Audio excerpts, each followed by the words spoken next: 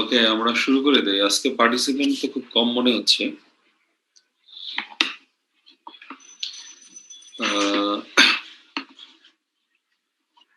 আজকে qualitative data analysis এর last class.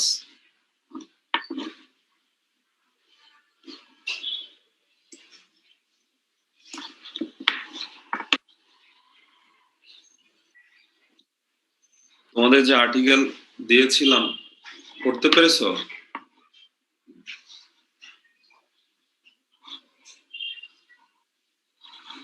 Hello, কথা শোনা যাচ্ছে আমার? জি স্যার, শোনা যাচ্ছে। স্যার পুরাটা দেখা হয় নাই কিছু। ওই আর্টিকেল দুটো না পড়লে তো তুমি কন্টেন্ট অ্যানালাইসিস আর থিমেটিক অ্যানালাইসিস বুঝবা না। আর বললাম তো, এটা যেহেতু কোয়ালিটেটিভ ডাটা অ্যানালাইসিস, তো এটা হচ্ছে গিয়ে তুমি যত বেশি পড়বা, রিপিটেডলি পড়বা, যে প্যারাগ্রাফটি বুঝবা না সেটা আবার বারবার পড়বা, তখন একটা আইডিয়া জেনারেট করবে। এবং এই যে বারবার পড়ে প্যাটার্ন আইডেন্টিফাই করা, থিম আইডেন্টিফাই করা, এইটাই কিন্তু কোয়ালিটেটিভ ডাটা অ্যানালাইসিসের পার্ট। এই কাজটি কিন্তু গ্রাউন্ডেড থিওরি যারা করে তারা কিন্তু এই কাজটিই করে। ধরো একটা সিলেক্টেড আর্টিকেল নিয়ে সেখান থেকে তোমার ইন্ডাকটিভ ওয়েতে তোমার থিওরি এস্টাবলিশ করবে, সেটাকে আমরা বলছি গ্রাউন্ডেড থিওরি। মানে কোনো ধরনের থিওরি, কোনো ধরনের প্রি অ্যাসাম্পশন না করে তোমার টেক্সট থেকে, কন্টেক্সচুয়াল অ্যানালাইসিস থেকে তোমার একটা প্যাটার্ন এমার্জ করবে। তারপরে তুমি at the end declare করবে যে this is what we like explored, or this is what we analyzed বা established. It is called theory. এটা কি বলছি আমরা, গ্রাউন্ডেড থিওরি। কিন্তু সো এই কাজটি করতে গেলে তোমার কিন্তু বারবার পড়তে হবে, এবং যারা গবেষক তারাও কিন্তু একটা টেক্সট, একটা আর্টিকেল বা একটা স্পেসিফিক ডকুমেন্ট যেটাকে ডেটা হিসাবে গণ্য করে ওখান থেকে প্যাটার্ন খোঁজার চেষ্টা করে, টু বি অ্যানালাইজড, মানে যে প্যাটার্ন গুলো সেটা কোডিং ফর্মে। এই প্রক্রিয়াটাই কিন্তু কোয়ালিটেটিভ ডাটা অ্যানালাইসিসের কাজ। এখানে কিন্তু কোয়ান্টিটির মতো ধরনের স্ট্যাটিস্টিক্যাল মেজারমেন্ট দিয়ে ব্যাখ্যা করা, ফলাফলটাকে বিশ্লেষণ করা, এইটা এই জাতীয় কিন্তু কোনো ম্যাথমেটিক্যাল কোনো অংশ, নিউমেরিক্যাল ফিগার বিশ্লেষণের কিন্তু কোনো সুযোগ এই কোয়ালিটেটিভ ডাটা অ্যানালিসিস নেই। সো এই জায়গাটা কিন্তু তোমাদের একেবারে প্রিলিমিনারি একটা স্বচ্ছ স্পষ্ট ধারণা থাকতে হবে, মানে what is the difference between two different types of analysis. কোয়ান্টিটেটিভে তোমার কিন্তু অনেকটাই নির্ভর করতে হয় based on your statistical result, based on your numerical figure, based on your mathematical analysis. Whereas qualitative data analysis completely deals with the content, textual analysis. এখানে তোমার কোনো ধরনের মানে স্ট্যাটিস্টিক্স যেভাবে তোমাকে একটা রেজাল্ট দিচ্ছে সেই রেজাল্টের আলোকে তুমি ইন্টারপ্রিট করে তুমি একটা তোমার ফলাফল তৈরি করলে, কোয়ালিটেটিভ ডাটা অ্যানালাইসিসে কমপ্লিট অপোজিট থিং। এখানে তোমার কোনো ধরনের কোনো মেজারমেন্টের ফলাফল নিয়ে তুমি কোনো বিশ্লেষণ করছো না বা করার স্কোপও নেই, যার কারণে থিওরিটিক্যালি বলা হয় যে কোয়ালিটেটিভ ডাটা অ্যানালাইসিস টাফার দেন কোয়ান্টিটেটিভ ডাটা অ্যানালাইসিস। যদিও যারা কোয়ান্টিটেটিভ স্ট্রিমে কাজ করে, কোয়ান্টিটেটিভ ডাটা অ্যানালাইসিসে কাজ করে, তারা এটা মানতে নারাজ, তাদের ব্যাখ্যাও আছে, তাদের আর্গুমেন্টও ইজ ট্রু। তারা বলার চেষ্টা করছে যে এখানে রিগোরাস স্ট্যাটিস্টিক্যাল মডেলিং করতে হয়, যেটাও সো টাফ। তোমার ইনসাইট, তোমার মানে ম্যাথমেটিক্যাল নলেজ, স্ট্যাটিস্টিক্যাল নলেজের ইনডেপথ যদি না থাকে, কমান্ড না থাকে, you can't do quantitative data analysis. So সেটাও একটা রিগোরাস প্রসেস। বাট কোয়ালিটেটিভ হচ্ছে টাইম কনজিউমিং, তোমার ভাবনা চিন্তা মানে ইনসাইটটাকে অ্যাপ্লাই করে করে এপিস্টেমোলজিক্যাল পারফরমেন্সটা খুব বেশি হয় এখানে। সো আমরা তাইলে একেবারে গত ক্লাসে যেটা একটা কোডিং শিটের উদাহরণ দিয়ে বলেছিলাম, আজকেও আমরা সেটা একটু স্ক্রিন শেয়ার করে যে একটা কোয়ালিটেটিভ ডাটা অ্যানালাইসিস যদি আমরা করি তোমাদের মনোগ্রাফি কিংবা তোমাদের গবেষণায়, সেক্ষেত্রে আমরা কি কি ধাপ পার করে, কোন কোন স্টেজ পার করে একটা কোয়ালিটেটিভ ডাটা অ্যানালাইসিস করতে পারি, সেটা আমরা একটু প্র্যাকটিক্যালি দেখব। ফর এক্সাম্পল, আমার একটা প্রজেক্ট নিয়ে আমি তোমাদের উদাহরণ দেই, যেটা গত ক্লাসে তোমাদের দেখিয়েছিলাম। আর ওই আর্টিকেল দুটো যদি পড়তে তোমরা, তাহলে রিলেট করতে সুবিধা হতো। এই জন্য এই ম্যাটেরিয়ালসটা অ্যাডভান্স দিয়েছিলাম তোমাদের, নইলে এটা অনেকটাই দুর্বোধ্য মনে হয়। কিন্তু মানে কোয়ালিটেটিভ ডাটা অ্যানালাইসিসটা এক কথায় বুঝিয়ে দেওয়ার মতো বিষয় না। এইটা তোমার স্কিল বলো, ক্যাপাসিটি বিল্ডিং বলো, এগুলো ডেভেলপ করে গ্র্যাজুয়ালি, ইনক্রিমেন্টাল ওয়েতে, ধীরে ধীরে, রাইট? সো তুমি যদি এই যে আর্টিকেল দুটো দিয়েছিলাম, বরুণ ক্লার্ক আর হচ্ছে ট্রাইট স্টার্লিং এর, এই যদি তুমি যদি এর মধ্যে থেকে এটাও যদি বারবার পড়তা, ধরো 10 বার পড়তা, 12 বার পড়তা, তাইলে দেখতে তোমার মধ্যেও কিন্তু একটা ইনসাইট ডেভেলপ করতে হতো। তুমি নিজেই তখন গুলো, এই যে আমরা যে প্যাটার্নের কথা বলছি, থিমের কথা বলছি, তুমি নিজে নিজেই চিন্তা করতে পারতা যে এই প্যারাটা থেকে আমার থিমের এই স্পেসিফিক লাইনটি হচ্ছে কি আমার কোড টু বি অ্যানালাইজড।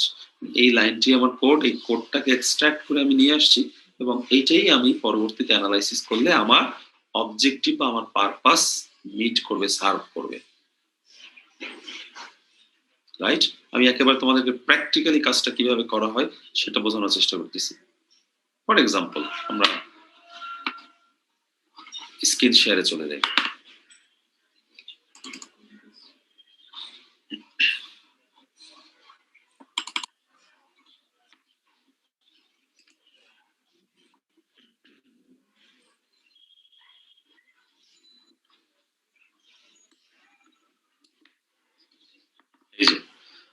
গত ক্লাসে এই সেম ডকুমেন্টটাই তোমাকে দেখিয়েছিলাম।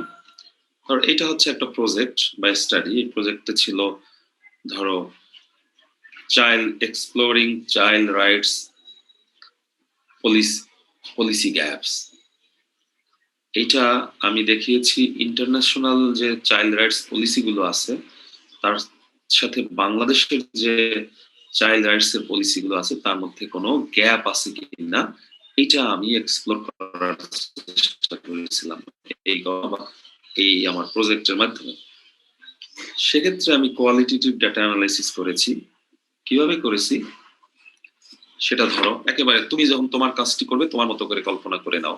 তোমার এরকম একটা টপিক নির্ধারণ করেছো, সেই টপিকের মধ্যে তুমি মেথডস অফ ডাটা অ্যানালাইসিসটাকে নির্ধারণ করেছো কোয়ালিটেটিভ, এবং সেই কোয়ালিটেটিভ ডাটা অ্যানালাইসিসের মধ্যে তুমি ফার্দার আবার করেছো ধরো এটা কন্টেন্ট অ্যানালাইসিস হতে পারে, থিমেটিক অ্যানালাইসিস হতে পারে। ফর এক্সাম্পল আমরা কন্টেন্ট অ্যানালাইসিসের কথা যদি বলি তাইলে ধরো এই যে আমি আমার যেহেতু কম্পারিজন ছিল ইন্টারন্যাশনাল এবং ন্যাশনাল, যে ইন্টারন্যাশনাল কি চাইল্ড রাইটস এর পলিসি ডকুমেন্টস আছে ধরো আমি দুটো নিয়েছি, ইউএনসিআরসি আর আইএলও। আইএলও হচ্ছে চাইল্ড লেবার এর রিলেটেড যে পলিসি গুলো আছে সেগুলো জানার জন্য।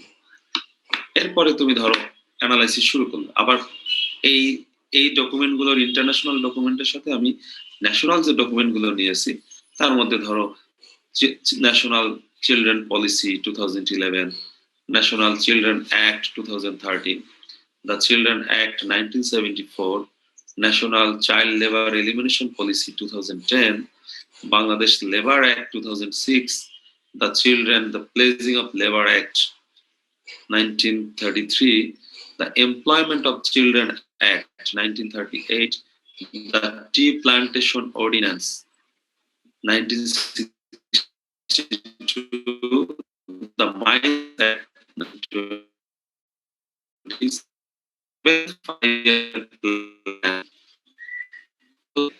ন্যাশনাল যে ডকুমেন্ট গুলোর মধ্যে চাইল্ড রাইটস এর চিলড্রেন্স রাইটস এর যে পলিসি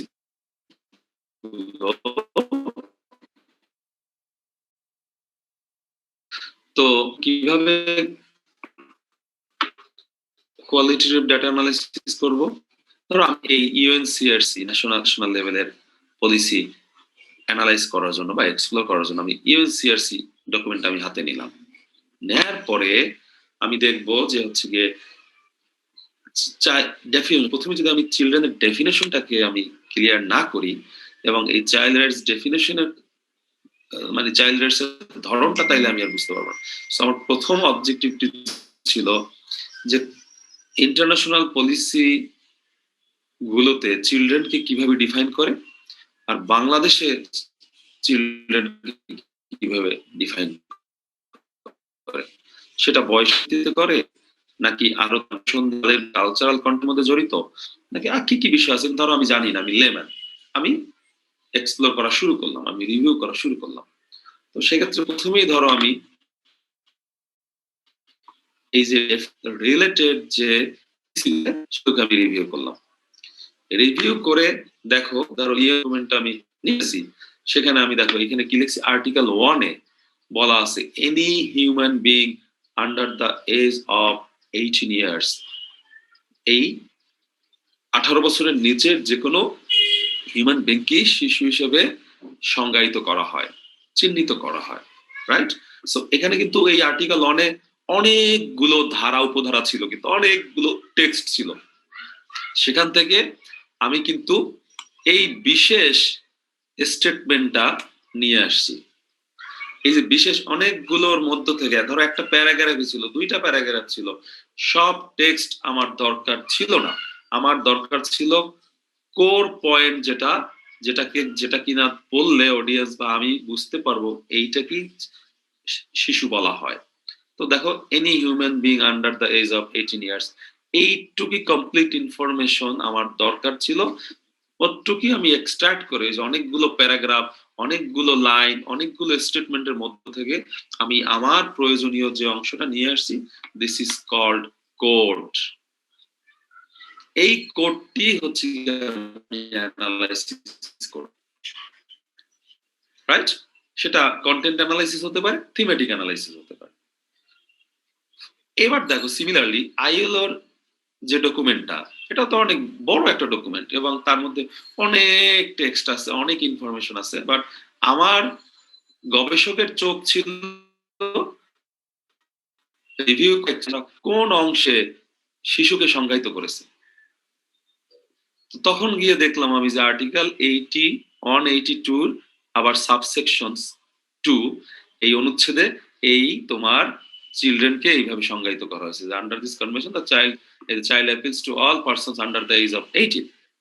সো দেখো এইটুক তাইলে আমার কি হলো, আইএলও ডকুমেন্টের মধ্যে আইএলওর যে পলিসি, সেই পলিসির মধ্যে চিলড্রেনের সংজ্ঞা খুঁজতে গিয়ে আমি যে এই স্টেটমেন্টটি আমার জন্য রেলিভেন্ট বা আমার জন্য দরকারি, সেটাই আমি বলছি court.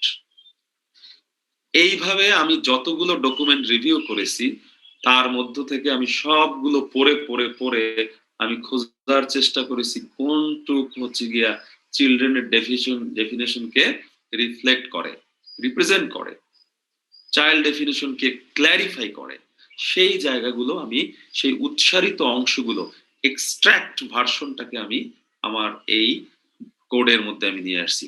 This are called codes for content analysis or thematic analysis. এখনো কিন্তু আমি জানি না যে আমার এই যে আমি বিভিন্ন ডকুমেন্ট থেকে এই যে চিলড্রেনের সংজ্ঞাগুলো আমি আইডেন্টিফাই করলাম, এইটার প্যাটার্নটা কি হতে পারে আমি কিন্তু জানি না। এই করে করে আমি যখন দেখলাম যে না, ইউএনসিআরসি ইন্টারন্যাশনাল ডকুমেন্টের মধ্যে ইউএনসিআরসি এবং আইএলও ডকুমেন্টস এর মধ্যে আমি দুটো সংজ্ঞা পেয়েছি চিলড্রেনকে ডিফাইন করার জন্য। তারপরে ন্যাশনালের মধ্যে আমি যে পলিসি ডকুমেন্ট গুলো দেখেছি তার মধ্যেও আমি এই যে কয়েকটা আমি সংজ্ঞায়িত করার চেষ্টা করেছি ওই ডকুমেন্টটাকে। এখন আমি বলতে পারি তাইলে এইটার প্যাটার্নটা কি। আমি অনেকগুলো কোডিং যখন আমার মাথায় গবেষকের আসছে দেখছি, তখন আমার চিন্তার মধ্যে একটা উদ্রেক করেছে তাইলে এই সবগুলোকে মিলিয়ে আমি প্যাটার্ন হয়, সিমিলার প্যাটার্ন। কোয়ালিটেটিভ ডেটা অ্যানালাইসিসে researcher always tries to explore pattern. সমমানের সমজাতীয় যে ধারণাগুলো মিলেই, আইডিয়াস গুলো মিলেই এক একটা প্যাটার্ন। আমরা বলি না আমাদের প্রাত্যহিক জীবনেও যে একটা প্যাটার্ন খোঁজার চেষ্টা করতো। এই ধরো তুমি ড্রেস কিনতে যাও যখন, তখন কিন্তু বলি না আমরা অনেকগুলো ব্র্যান্ডের নাম আছে, তোমাদের কি কি জানো নাম ঈদের সময় আমরা দেখতে পাই? আরে ভুলে গেছি। ওই যে বিভিন্ন ইন্ডিয়ান ইন্ডিয়ান নায়িকাদের নামে বা সিরিয়ালের নামে অনেক ড্রেস হয় না, পাখি ড্রেস, হ্যাঁ এরকম আছে না? তুমি এরকম বিভিন্ন ব্র্যান্ডের বা বিভিন্ন ফ্যাশনের যে নামগুলো মিলে তুমি কিন্তু মার্কেটে যখন যাও, ধরো বসুন্ধরা সিটিতে গেছো, তুমি অনেকগুলো ড্রেস তোমার ডিসপ্লে করা আছে, তখন তোমরা যারা ক্রেতা তখন কিন্তু তুমি বলো যে এই ড্রেসগুলো একই ধরনের দেখতে, এই প্যাটার্ন এক। আবার তুমি ক্যাটাগরাইজ করো যে না এই ড্রেসগুলো ধরন কিন্তু আবার অনেকটা এক, যতই নাম পাখি তারপরে যা কিছুই থাকুক না কেন, হ্যাঁ বাট এগুলো একই ধরনের, একই প্যাটার্নের। সিমিলার থিং তোমার এই টেক্সট থেকে, এই ডকুমেন্ট থেকেও তুমি ওই ড্রেসের মতো করেই তুমি প্যাটার্ন খোঁজার চেষ্টা করবা যে এই ডকুমেন্টের মধ্যে আমার কতগুলো ক্যাটাগরি, কতগুলো প্যাটার্নের আমি ডেটা বা টেক্সট আমি খুঁজে পাই। করে করে এখানে আমি যখন দেখলাম যে না এগুলো সবই হচ্ছে গিয়া ডেফিনেশন রিলেটেড, সো তখন এটার একটা সাব থিম আমার কিন্তু আবিষ্কার হয়ে গেল, প্যাটার্ন আবিষ্কার হয়ে গেল। This is called definition of a child. এরপরে তুমি, এটা একটা সাব থিম, এরপরে তুমি আবার এই ডকুমেন্টস গুলো তুমি ইউএনসিআরসি আইএলও থেকে শুরু করে, সরি এক্সকিউজ মি, তারপরে তুমি এই সেম ডকুমেন্ট গুলো যেগুলো তোমার সিলেক্টেড ডকুমেন্টস, পলিসি ডকুমেন্টস যেগুলো তুমি রিভিউ করছো, তার মধ্যে থেকে তুমি দেখলা যে না ডেফিনেশনের একটা প্যাটার্ন তুমি পেয়ে গেছো। এরপরে তুমি আবার দেখার চেষ্টা করলা যে ইউএনসিআরসি তোমার চাইল্ড রাইটস কি কিভাবে ব্যাখ্যা করে, মিনিংটা কি। যেমন দেখো UNCRC sets out the civil, political, economic, social, health, and cultural rights of children, which ensures the spirit of peace, dignity, tolerance, freedom, equality, and solidarity. এইটা আমি যখন ইউএনসিআরসি তে দেখলাম তখন এর সাথে সমমানের, কারণ আমার তো হচ্ছে কি কম্পেয়ার করা, গ্যাপ আইডেন্টিফাই করা, যে ইন্টারন্যাশনাল চাইল্ড রাইটস পলিসি ডকুমেন্টে কি বলছে আর আমাদের ন্যাশনাল ডকুমেন্টস গুলোতে কি বলছে, ইজ দেয়ার এনি গ্যাপ। এটা ছিল আমার দ্য হাইপোথিসিস বা আমার অবজেক্টিভ। সেটা করতে গিয়ে দেখো ইউএনসিআরসি চাইল্ড রাইটস কে এইভাবে ব্যাখ্যা করেছে, আমাদের ন্যাশনাল পলিসি ডকুমেন্ট গুলোতে কি ব্যাখ্যা করেছে দেখো, অধিকাংশ ন্যাশনাল ইস্যু তোমার নট স্পেসিফাইড ক্লিয়ারলি। দেখো এটা কিন্তু রিসার্চারের অবজারভেশন, এটাই কিন্তু ডেটা, যে কোনো কিছু তারা চাইল্ড রাইটস কে ভালোভাবে ক্লিয়ারলি ব্যাখ্যা করে নাই, this is also one of the major findings. এইটাই তুমি গ্যাপ, এইটাই তুমি পলিসি। তুমি কিন্তু দেখো গবেষকের কিন্তু উদ্দেশ্য কিভাবে সফল হচ্ছে দেখো, সে সে কিন্তু তার অ্যানালাইসিসের জায়গাগুলো পেয়ে যাচ্ছে, যে না পলিসি গ্যাপ, তারই ছিল কি exploring the policy gaps, right? তো সে কিন্তু দেখো পলিসি গ্যাপ পেয়ে গেছে, যে ন্যাশনাল চিলড্রেন অ্যাক্ট 1974 কিন্তু কোন ধরনের চাইল্ড রাইটস এর কোনো মিনিংই তারা উপস্থাপন করেনি বা ওই পলিসির মধ্যে ছিলই না, রাইট? এবং এই দেখো এখানে এই যে এরা বলেছে ইউএনসিআরসি যা করছে তাই হবে, বাট আলাদাভাবে কোনো ধরনের স্পেস, এই যে তোমার ন্যাশনাল চিলড্রেন অ্যাক্ট 2013 যেটা আছে তার মধ্যে কোনো চিলড্রেন রাইটস এর কোনো মিনিং বা ব্যাখ্যা সেভাবে উদ্ধৃত করা নেই কোনো পলিসিতে। এই করে করে তুমি দেখো, এই দেখো নট স্পেসিফাইড, অধিকাংশই নট মেনশন। আবার এই যে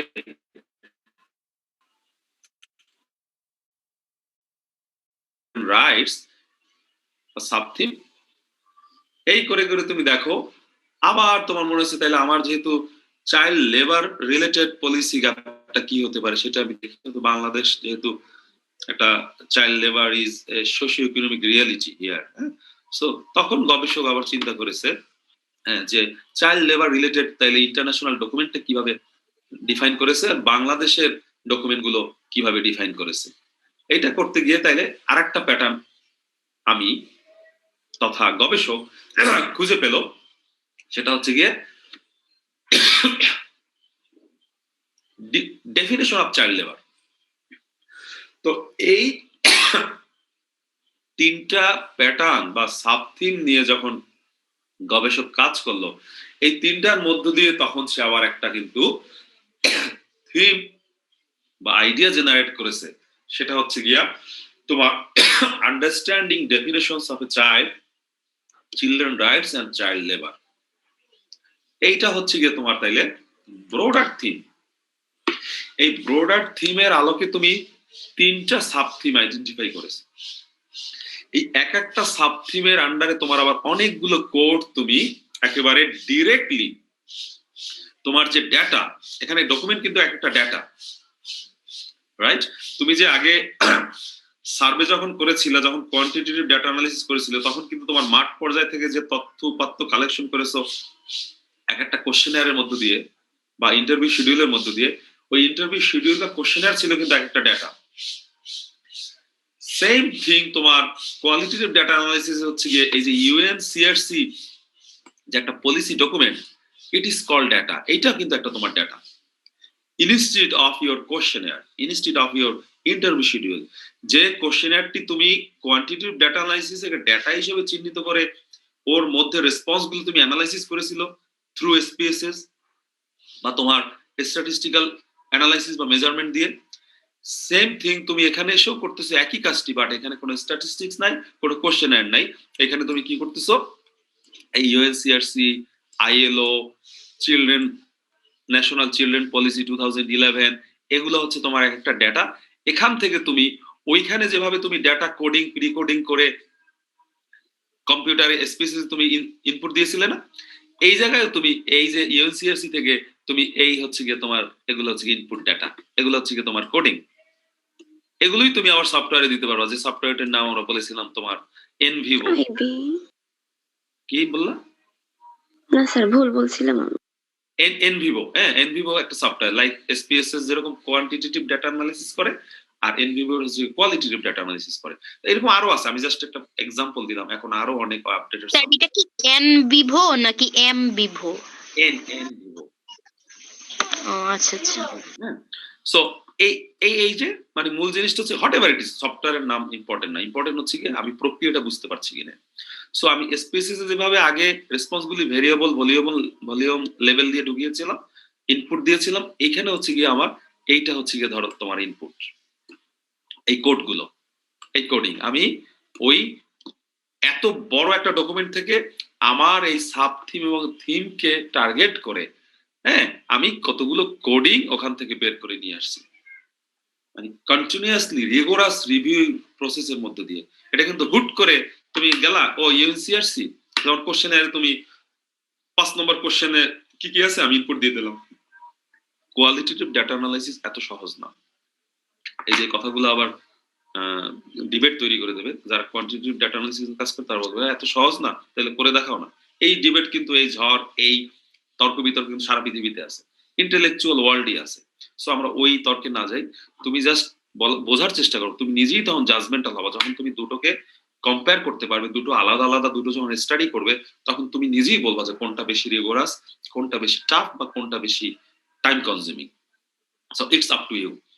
আমরা এখন শেখার জন্য বলছি যে তাহলে এই প্রক্রিয়াটা হচ্ছে যে ফলো যে করছি আমরা, এই কোডিং এমার্স করার মধ্যে দিয়ে কিছু প্যাটার্ন এমার্স হয়েছে, কিছু প্যাটার্নের মধ্যে দিয়ে কিছু ধরো থিম এমার্স করেছে, এই যে হোল সিনারিওটা, প্রক্রিয়াটা, এই প্রক্রিয়াটাই হচ্ছে গিয়ে কন্টিনিউ করেছে একেবারে। দেখো কতগুলো থিম প্যাটার্ন আছে এখানে, এবং তার মধ্যে আমার এই যে পলিসি গুলো আমি স্টার্ট করেছি একটা একটা একটা একটা করে। দেখো কত বড় টেবিল এটা, জাস্ট যেটা বর্ণনা করলাম ওই একই প্রক্রিয়ায় কিন্তু প্রতিটা ডকুমেন্ট রিভিউ করে করে এই কোডগুলো বের করতে হয়েছে। হ্যাঁ, শেষ। সো এবং দেখো আমার এই সিলেক্টেড এগুলো ছিল হচ্ছে গিয়ে পলিসি ডকুমেন্ট ছিল, এই দেখো 12টা পলিসি বাংলাদেশের। হ্যাঁ, এই 12টা পলিসি কিন্তু আমার পড়ে পড়ে পড়ে পড়ে তারপরে ওই ধারাগুলো, আর্টিকেল গুলো কোন জায়গাটা, কোন আমার প্যাটার্নের সাথে, থিমের সাথে রেলিভেন্ট, সেই জায়গাগুলোকে এক্সট্রাক্ট করে করে কিন্তু বের করে আনতে হয়েছে। So this is the way how we use qualitative data analysis. Sir একটা জিনিস বুঝতে পারি নাই, বলো। যেমন এখানে তো কোয়ালিটেটিভে এই যে আপনি যে স্যাম্পলটা দেখালেন, এখানে তো শুধু বিভিন্ন কোড বিভিন্ন মানে জায়গা থেকে নেওয়া হয়েছে, বাট পার্টিসিপেশনস দের ইনফরমেশন গুলো এখানে কিভাবে আসে? এখানে তো পার্টিসিপেন্টস এর ইনফরমেশন তো আমি আনি নাই, এখানে তো আমি তো বলেই নিলাম যে তুমি যে কোয়ান্টিটেটিভ ডাটা অ্যানালাইসিস করেছো সেখানে পার্টিসিপেন্টেরটা ছিল তোমার কোশ্চেনার, রাইট? আর এখানে হচ্ছে গিয়ে কোশ্চেনারের পরিবর্তে আমি নিয়েছি কি সেকেন্ডারি সোর্স, আমি ইউএনসিআরসি ডকুমেন্ট নিয়েছি। এই ইউএনসিআরসি ডকুমেন্টটাই হচ্ছে গিয়ে আমার পার্টিসিপেন্ট, এইটাই হচ্ছে আমার কেস। বুঝতে পারছি, ঠিক আছে, ক্লিয়ার? সো এটা হলো আমার গবেষণার কথা বলছি। আর তুমি যদি তোমার গবেষণায় মনে করো কেস স্টাডি করবে, তুমি তোমার গবেষণায় ইনডেপথ ইন্টারভিউ করবে, সেটাও তো that will B A qualitative data analysis. সেক্ষেত্রে কি তুমি ইউএনসিআরসি করবা? সেক্ষেত্রে তুমি ধরো একটা ইন্টারভিউ, তুমি ইনডেপথ ইন্টারভিউ এখানে তুমি নিয়ে আসলা, সেই ইনডেপথ ইন্টারভিউর মধ্যে থেকে তুমি তার যে বক্তব্য সেখান থেকে তুমি এই যে এখানে যেমন article on any human being under the age of, তোমার যে অবজেক্টিভ, তোমার যে প্যাটার্ন, তোমার যে গোল, সেই অনুযায়ী তুমি এখানে ওই ইনডেপথ ইন্টারভিউর মধ্যে থেকে তুমি কোডগুলো এক্সট্রাক্ট করবে, আইডেন্টিফাই করবে, তারপরে তুমি এখানে সেই কোডিং শিটে লিখবা। পার্থক্যটা বুঝতে পারছো? মানে আমি এটা একটা এক্সাম্পলেরই আমার গবেষণাটা নিয়ে আসছি, তার মানে যে এইটাই যে সব গবেষণার জন্য মানে অ্যাপ্লিকেবল হবে, not like that. Example. So তুমি এই আমি নিয়েছি সেকেন্ডারি সোর্স কারণ আমার গবেষণার উদ্দেশ্যই ছিল হলো গিয়া আইডেন্টিফাইং বা exploring the policy gap. So policy গ্যাপের জন্য আমার দরকার ছিল আমার পলিসি ডকুমেন্ট গুলো, রাইট? যে পলিসি পেপার গুলো আছে। তোমার ধরো গবেষণার উদ্দেশ্য ছিল ডিফারেন্ট, তোমার গবেষণার উদ্দেশ্য ছিল ধরো এই চাইল্ড রাইটস এরই হচ্ছে গিয়ে তোমার প্যারেন্টসদের চাইল্ড রাইটস সম্পর্কে তাদের ওপিনিয়ন কি, তাদের ধারণা কি, তাদের চিন্তা ভাবনা কি। তখন তুমি প্যারেন্টস এর যে ইন্টারভিউ করতা, ইনডেপথ ইন্টারভিউ, সেই এক একটা প্যারেন্টস এর ইউএনসিআরসি জায়গায় তুমি লিখতা প্যারেন্টস অন এই চাইল্ড কে ডিফাইন করেছে এইভাবে। সে বলতে পারে 18 বছর না বলে সে বলছে যে আমাদের দেশে আমরা তো যখন মানে রিপ্রোডাক্টিভ হেলথের সাথে রিলেটেড, যে আমাদের বয়সন্ধিকালটাকেই আমরা বলছি, ওই বয়সন্ধিকালটা ওভার হয়ে গেলে সেটা 12 বছর হোক 13 বছর হোক, তাকে আমরা শিশু হিসেবে গণ্য করি না। সো দেখো, এই কিন্তু তুমি কিন্তু একটা প্যাটার্ন পেয়ে গেল। এই সিমিলারলি তুমি এই থিমটাকেই তুমি রিপ্লেস করো, এখানে ইউএনসিআরসি না, এখানে হচ্ছে তোমার কেইজন ধরো একটা প্যারেন্ট, রাইট? তোমার টার্গেট গ্রুপ যদি লক্ষিত জনগোষ্ঠী হতে বাবা মা, যে শিশুদের বাবা মার দৃষ্টিভঙ্গিতে শিশু অধিকারটা কি, এটা আমার গবেষণার উদ্দেশ্য। সো এটা তুমি রিভিউ করবে, রাইট? সেক্ষেত্রে তাহলে তুমি দেখো ইউএনসিআরসি জায়গায় কি বলছি, কেস ওয়ানের জায়গায় সে ধরো একজন বাবা মা বলছে যে না, আমি শিশু বলতে আপনি কি বোঝেন, তাকে কোশ্চেন করেছিলা তুমি যখন কেস স্টাডি করেছিলা বা ইনডেপথ ইন্টারভিউ করেছিলা, কিংবা এফজিডিও করতে পারো তুমি। আমরা এগুলো তো টুলস গুলো তো আগেই আলোচনা করেছি, যে কি কি টুলস ব্যবহার করে আমরা কোয়ালিটেটিভ ডাটা কালেক্ট করতে পারি, রাইট?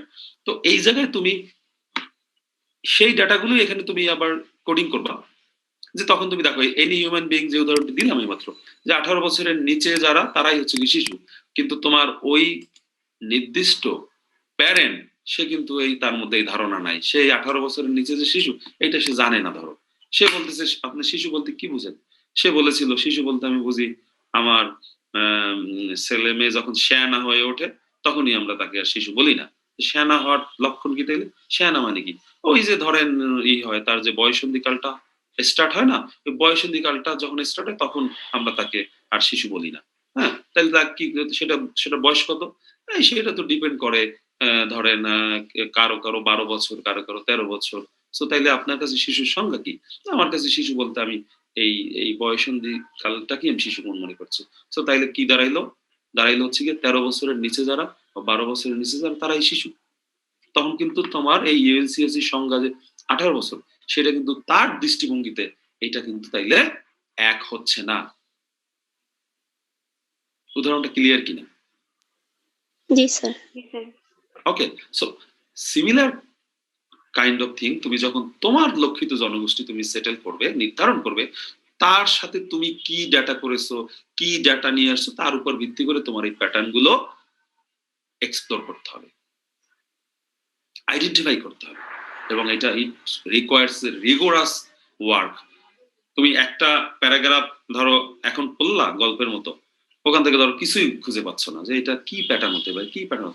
আবার দুপুরের বেলা খাওয়ার পরে একটু শুয়ে শুয়ে ভাবলা, আবার পড়লা ওইটা, আবার রিভিজিট করলাম, তখন ধরো আইডিয়া জেনারেট করলো হঠাৎ করে, আচ্ছা আচ্ছা, এই এই লাইনটা তো খুব ইন্টারেস্টিং, এই এক পাতাটা পড়লাম, এই এক পাতার মধ্যে আমার কাছে এই লাইনটা কি মনে হচ্ছে যে এটা কোড হতে পারে, এটা একটা সিগনিফিক্যান্ট, মানে এই লাইনটাই হচ্ছে গিয়ে টোটাল প্যারাগ্রাফকে রিপ্রেজেন্ট করে। তোমার মাথায় কিন্তু দেখো এই আইডিয়া তৈরি হয়ে গেল কিন্তু। বাট তুমি আবার রাতের বেলা যখন পড়তে বসলা, স্টাডি করতে গেলা, তখন আবার তুমি রিভিজিট করলা ওই ওই একই পেজটা, একই প্যারাগ্রাফ গুলো আবার পড়লে তখন তোমার কাছে আবার একটা নতুন আইডিয়া কিন্তু তখন জেনারেট করতে পারে। তখন মনে হতে পারে না না না না, দুপুরে যেটা বললাম এর থেকেও এইটা বেশি রিলেভেন্ট, এর থেকেও এই লাইনটাই বোধহয় বেশি সিগনিফিকেন্ট। এই মানে this is way how to explore or identify our pattern, our code according to your research objective. এই করে করে কোয়ালিটেটিভ রিসার্চাররা কিন্তু এক একটা প্যাটার্ন খুঁজে, থিম খুঁজে, সাব থিম খুঁজে, তারপরে সে অ্যানালাইসিস করে তারপর দেখো তুমি এই ধরো অনেকগুলো, এই যে এখানে এখানে অনেকগুলো তোমার আর্টিকেল রিভিউ করতে হয়েছে না? রিপোর্ট রাইটিং এ দেখা যাচ্ছে কি জানো, এই সব কিছু মিলিয়ে 2টা বা 3টা লাইন তুমি আর্গুই করেছো। হ্যাঁ, 2টা বা 3টা লাইন তুমি আর্গুই করেছো। এইটাই হচ্ছে কি তোমার ডেটা অ্যানালাইসিসের উচ্চারিত অংশ থেকে যেটা একেবারে জিস্ট, সেটা তুমি তোমার রিপোর্ট রাইটিং এ কিন্তু প্রকাশ করেছো, এক্সপ্রেস করেছো। এবং এইটা মানে ওভারনাইটের অ্যাচিভমেন্ট না, এটা তোমার করতে করতে করতে দীর্ঘদিন করতে করতে করতে তোমার একটা স্কিল ডেভেলপ করবে। তখন তুমি একটা কমেন্ট তৈরি হবে যে না, তুমি চট করে দেখলেই বুঝতে পারবা, ও আচ্ছা এই এই তাহলে এখান থেকে তো এই স্টেটমেন্টটাই হচ্ছে গিয়ে টোটালটাকে রিফ্লেক্ট করে। সেটা যদি তোমাদেরকে দেখাই, জাস্ট দেখে এখানে দেখানো যায় কিনা।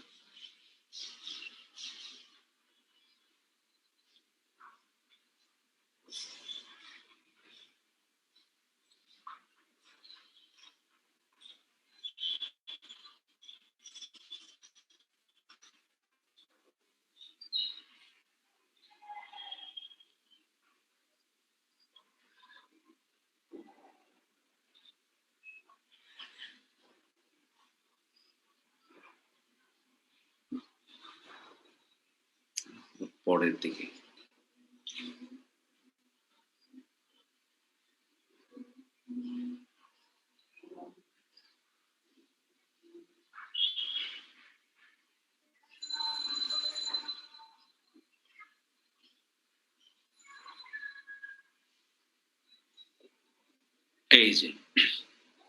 এই যে কোডটা ধরো, ডেফিনেশনের কোডটা তোমাদেরকে দেখাইলাম না, ওইখান থেকেই তুমি দেখো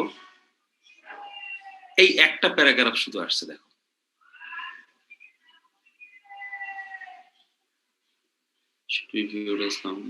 চাইল্ড লেবার, ধরো ডেফিনেশন গুলো কোথায়?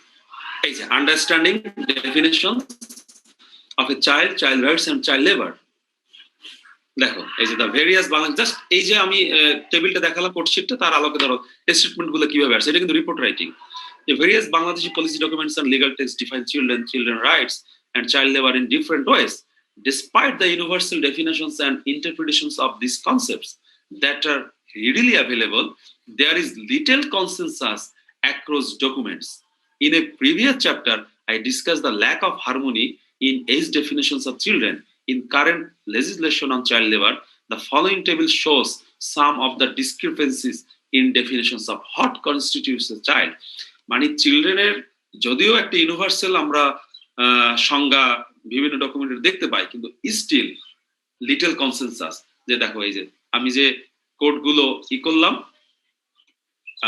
রিভিউ করেছি, অ্যানালিসিস করেছি, তার আলোকেই কিন্তু আমার এই স্টেটমেন্ট তৈরি করেছি। দেখো কতগুলো কোডের আলোকে একটা প্যারাগ্রাফের মধ্যে কিন্তু এই ফাইন্ডিংসটা চলে আসছে। এবং দেখো এই টেবিলে দিয়ে আমি আবার সেটা ব্যাখ্যা করার চেষ্টা করেছি। ডেফিনিশন অফ চাইল্ড,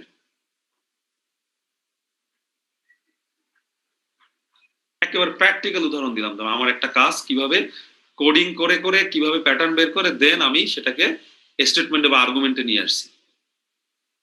এই যে দেখো, by the same token international standards of children rights are considered a universal concept, while national realities in Bangladesh emphasize varying notions of children's rights.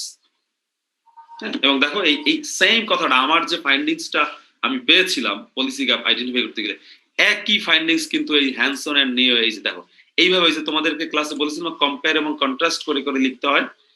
এই দেখো কম্পেয়ার এবং কন্ট্রাস্ট, আমার ফাইন্ডিংসটার সাথে এই হ্যানসন এবং নিওএস এর যে উনি যে আর্টিকেলটা লিখেছিল 2013-এ, হ্যাঁ, তারও কিন্তু এই সেম আর্গুমেন্টটাই ছিল।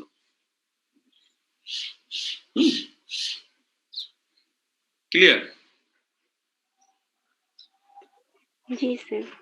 ওকে ফাইন, তাহলে এই আলোচনাটা যদি বোঝা যায়, তাইলে আমরা নেক্সটে থিমেটিক অ্যানালাইসিস দিয়ে এই সেম জিনিসটাই তোমার করতে হবে, বাট থিমেটিক অ্যানালাইসিসের একটু ডিফারেন্ট ফেজ এবং স্টেজ আছে, সেগুলো আলোচনা করলেই তাইলে মোটামুটি কোয়ালিটেটিভ ডাটা অ্যানালাইসিস শেষ হয়ে যাবে। এরপর যদি কোনো কোশ্চেন তৈরি হয় তোমরা কোশ্চেন করো। স্যার আমার একটা কোশ্চেন ছিল। বলো। স্যার এই যে এখানে আপনি এটা সেকেন্ডারি ডাটা নিয়ে তারপর করেছেন তাই না? হ্যাঁ বলো।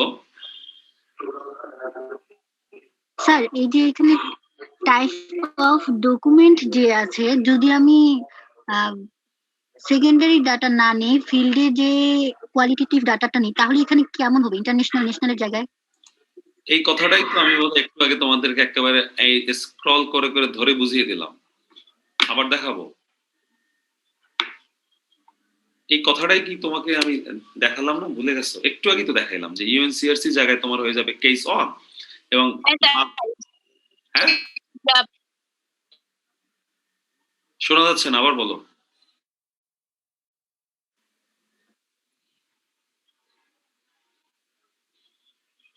এখানে আবার যাই। হ্যালো স্যার, শুনে একটু আগে যে উদাহরণ দিয়ে কম্পেয়ার করে দেখালাম সেটা তুমি খেয়াল করোনি? এই যে আমার যে সেকেন্ডারি সোর্স ছিল, ডাটা ছিল ইউএনসিআরসি বা ধরো আইএলও, এই জায়গাগুলো রিপ্লেস হয়ে যাবে তোমার হচ্ছে গিয়ে ইনডেপথ ইন্টারভিউ বা কেস অন বা FGD on, focus group discussion on বা ইনডেপথ ইন্টারভিউ 1, 2, 3। হ্যাঁ, তুমি ইউএনসিআরসি জায়গায় কেস তখন ওই করবেন। ইনডেপথ ইন্টারভিউ 1 থেকে তুমি চাইল্ডের ডেফিনেশনটা তোমার ওই পার্টিসিপেন্ট কিভাবে বলেছে সেটা তুমি এখানে লিখবা। কেস 2 তে আবার আরেকভাবে বলেছে সেটা তুমি এখানে লিখবা। এই করে করে তুমি দেখবা যে কয়েকটা কেস 10টা কেস তোমার এই একই কথা বলেছে। যে উদাহরণটা আমি দিলাম যে শিশুর সংজ্ঞা বলতে তারা বয়ঃসন্ধিকালকে বোঝাচ্ছে, এটা দেখা যাচ্ছে 10 জনের একই মিলে গেছে। তখন তুমি 10 জনকে একসাথে করে ফেলবা। আবার ধরো যত ধরনের ডিফারেন্ট আইডিয়াস গুলো আসবে সেগুলোকে তুমি এখানে সারে কি করবা, লিপিবদ্ধ করবা, লিস্ট আউট করবা। দেন ওই লিস্টিং ডকুমেন্টস গুলো হচ্ছে কি একটা কোড। যত ধরনের ভেরিয়েশন কোডে হবে ততগুলোই তোমার অ্যানালাইসিস করে করে ওই যে আমি স্টেটমেন্টটাই মাত্র দেখালাম আর্গুমেন্টটা কিভাবে লিখতে হয়, তুমি তখন তোমার এই কোডিং এর আলোকেই তুমি আর্গুগুলো বলবা, আর্গু করবা। পরিষ্কার কিনা? রেসপন্স করো, হু হা না করলে কিভাবে বুঝবো? আমি জি তোমার কোশ্চেনটা যেটা ছিল সেটার উত্তরটা কি মিট করে কিনা আমি যে রেসপন্সটা করেছি। না বুঝলে আবার বলো, না স্যার, আমরা আবার এবার বুঝেছি স্যার, ক্লিয়ার হয়েছে। গুড। এই উদাহরণটা তো এর আগেও দিয়েছিলাম। স্যার টাইপস তখন ধরতে পারিনি। আচ্ছা আচ্ছা ঠিক আছে, তাহলে এইবারে আসি আমরা। স্যার আসসালামু আলাইকুম। ওয়ালাইকুম আসসালাম। স্যার টাইপস অফ ডকুমেন্টে তখন কি দিব, মানে এখানে তো ইন্টারন্যাশনাল আর ন্যাশনাল দিয়ে আপনি করছেন, তো টাইপস অফ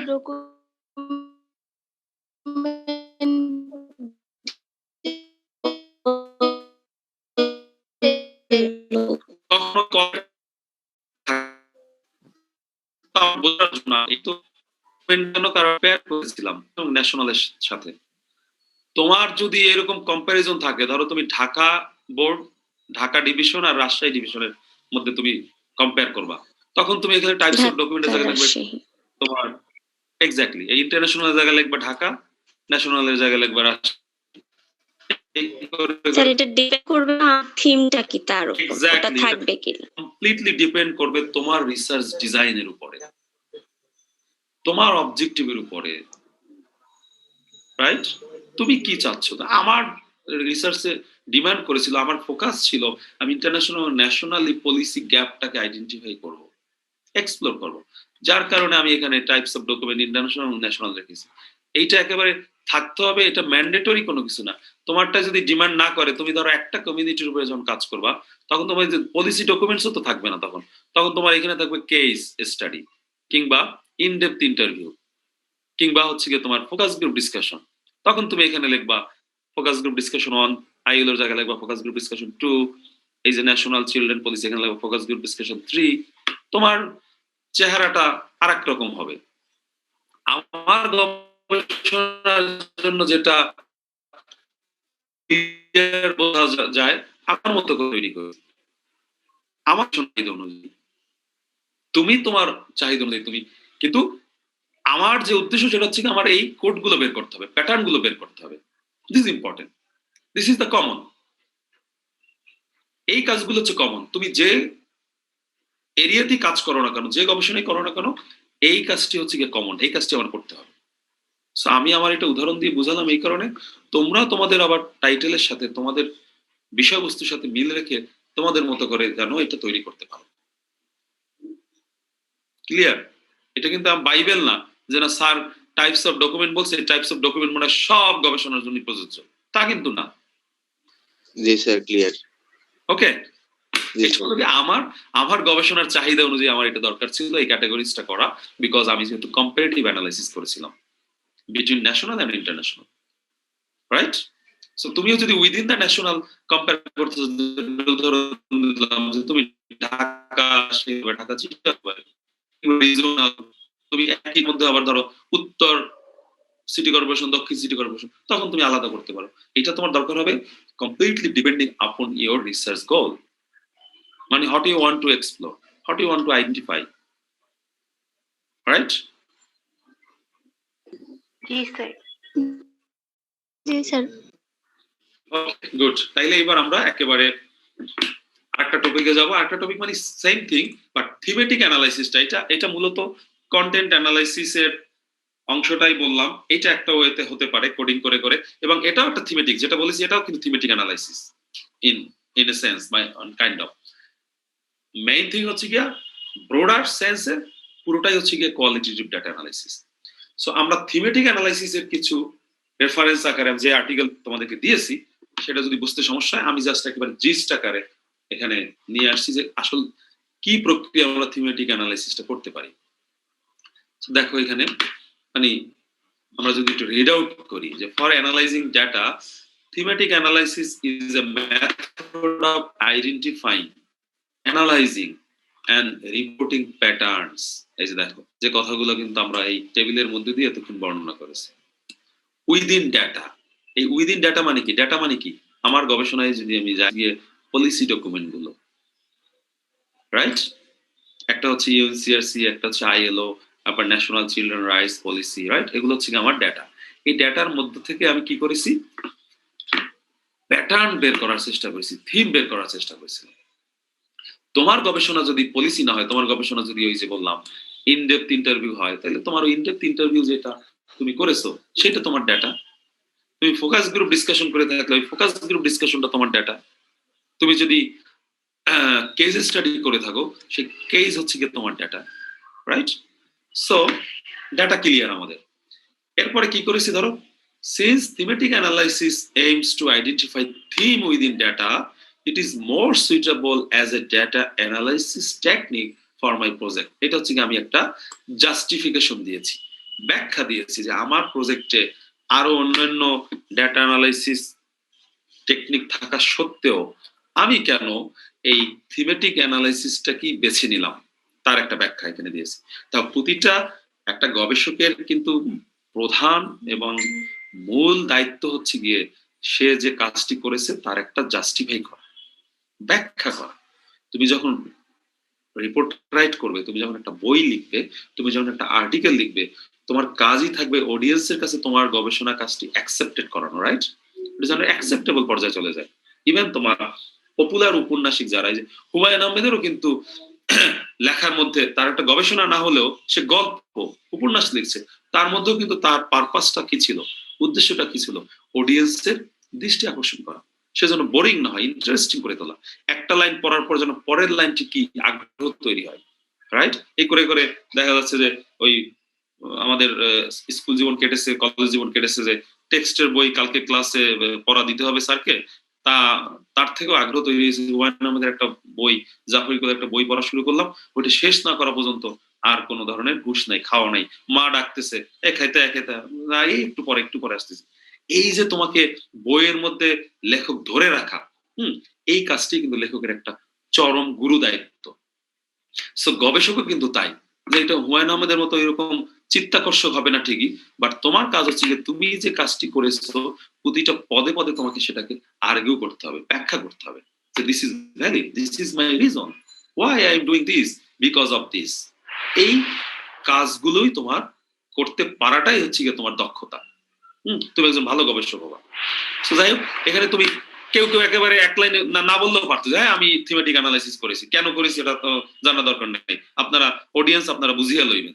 এটা এক ধরনের স্টাইল হতে পারে। আরেক ধরনের স্টাইল হতে পারে যে আমি কেন করেছি ছোট্ট করে এক লাইন লিখে দিলাম, যে আমার কাছে মনে হয়েছে যে thematic analysis aims to identify theme within the data.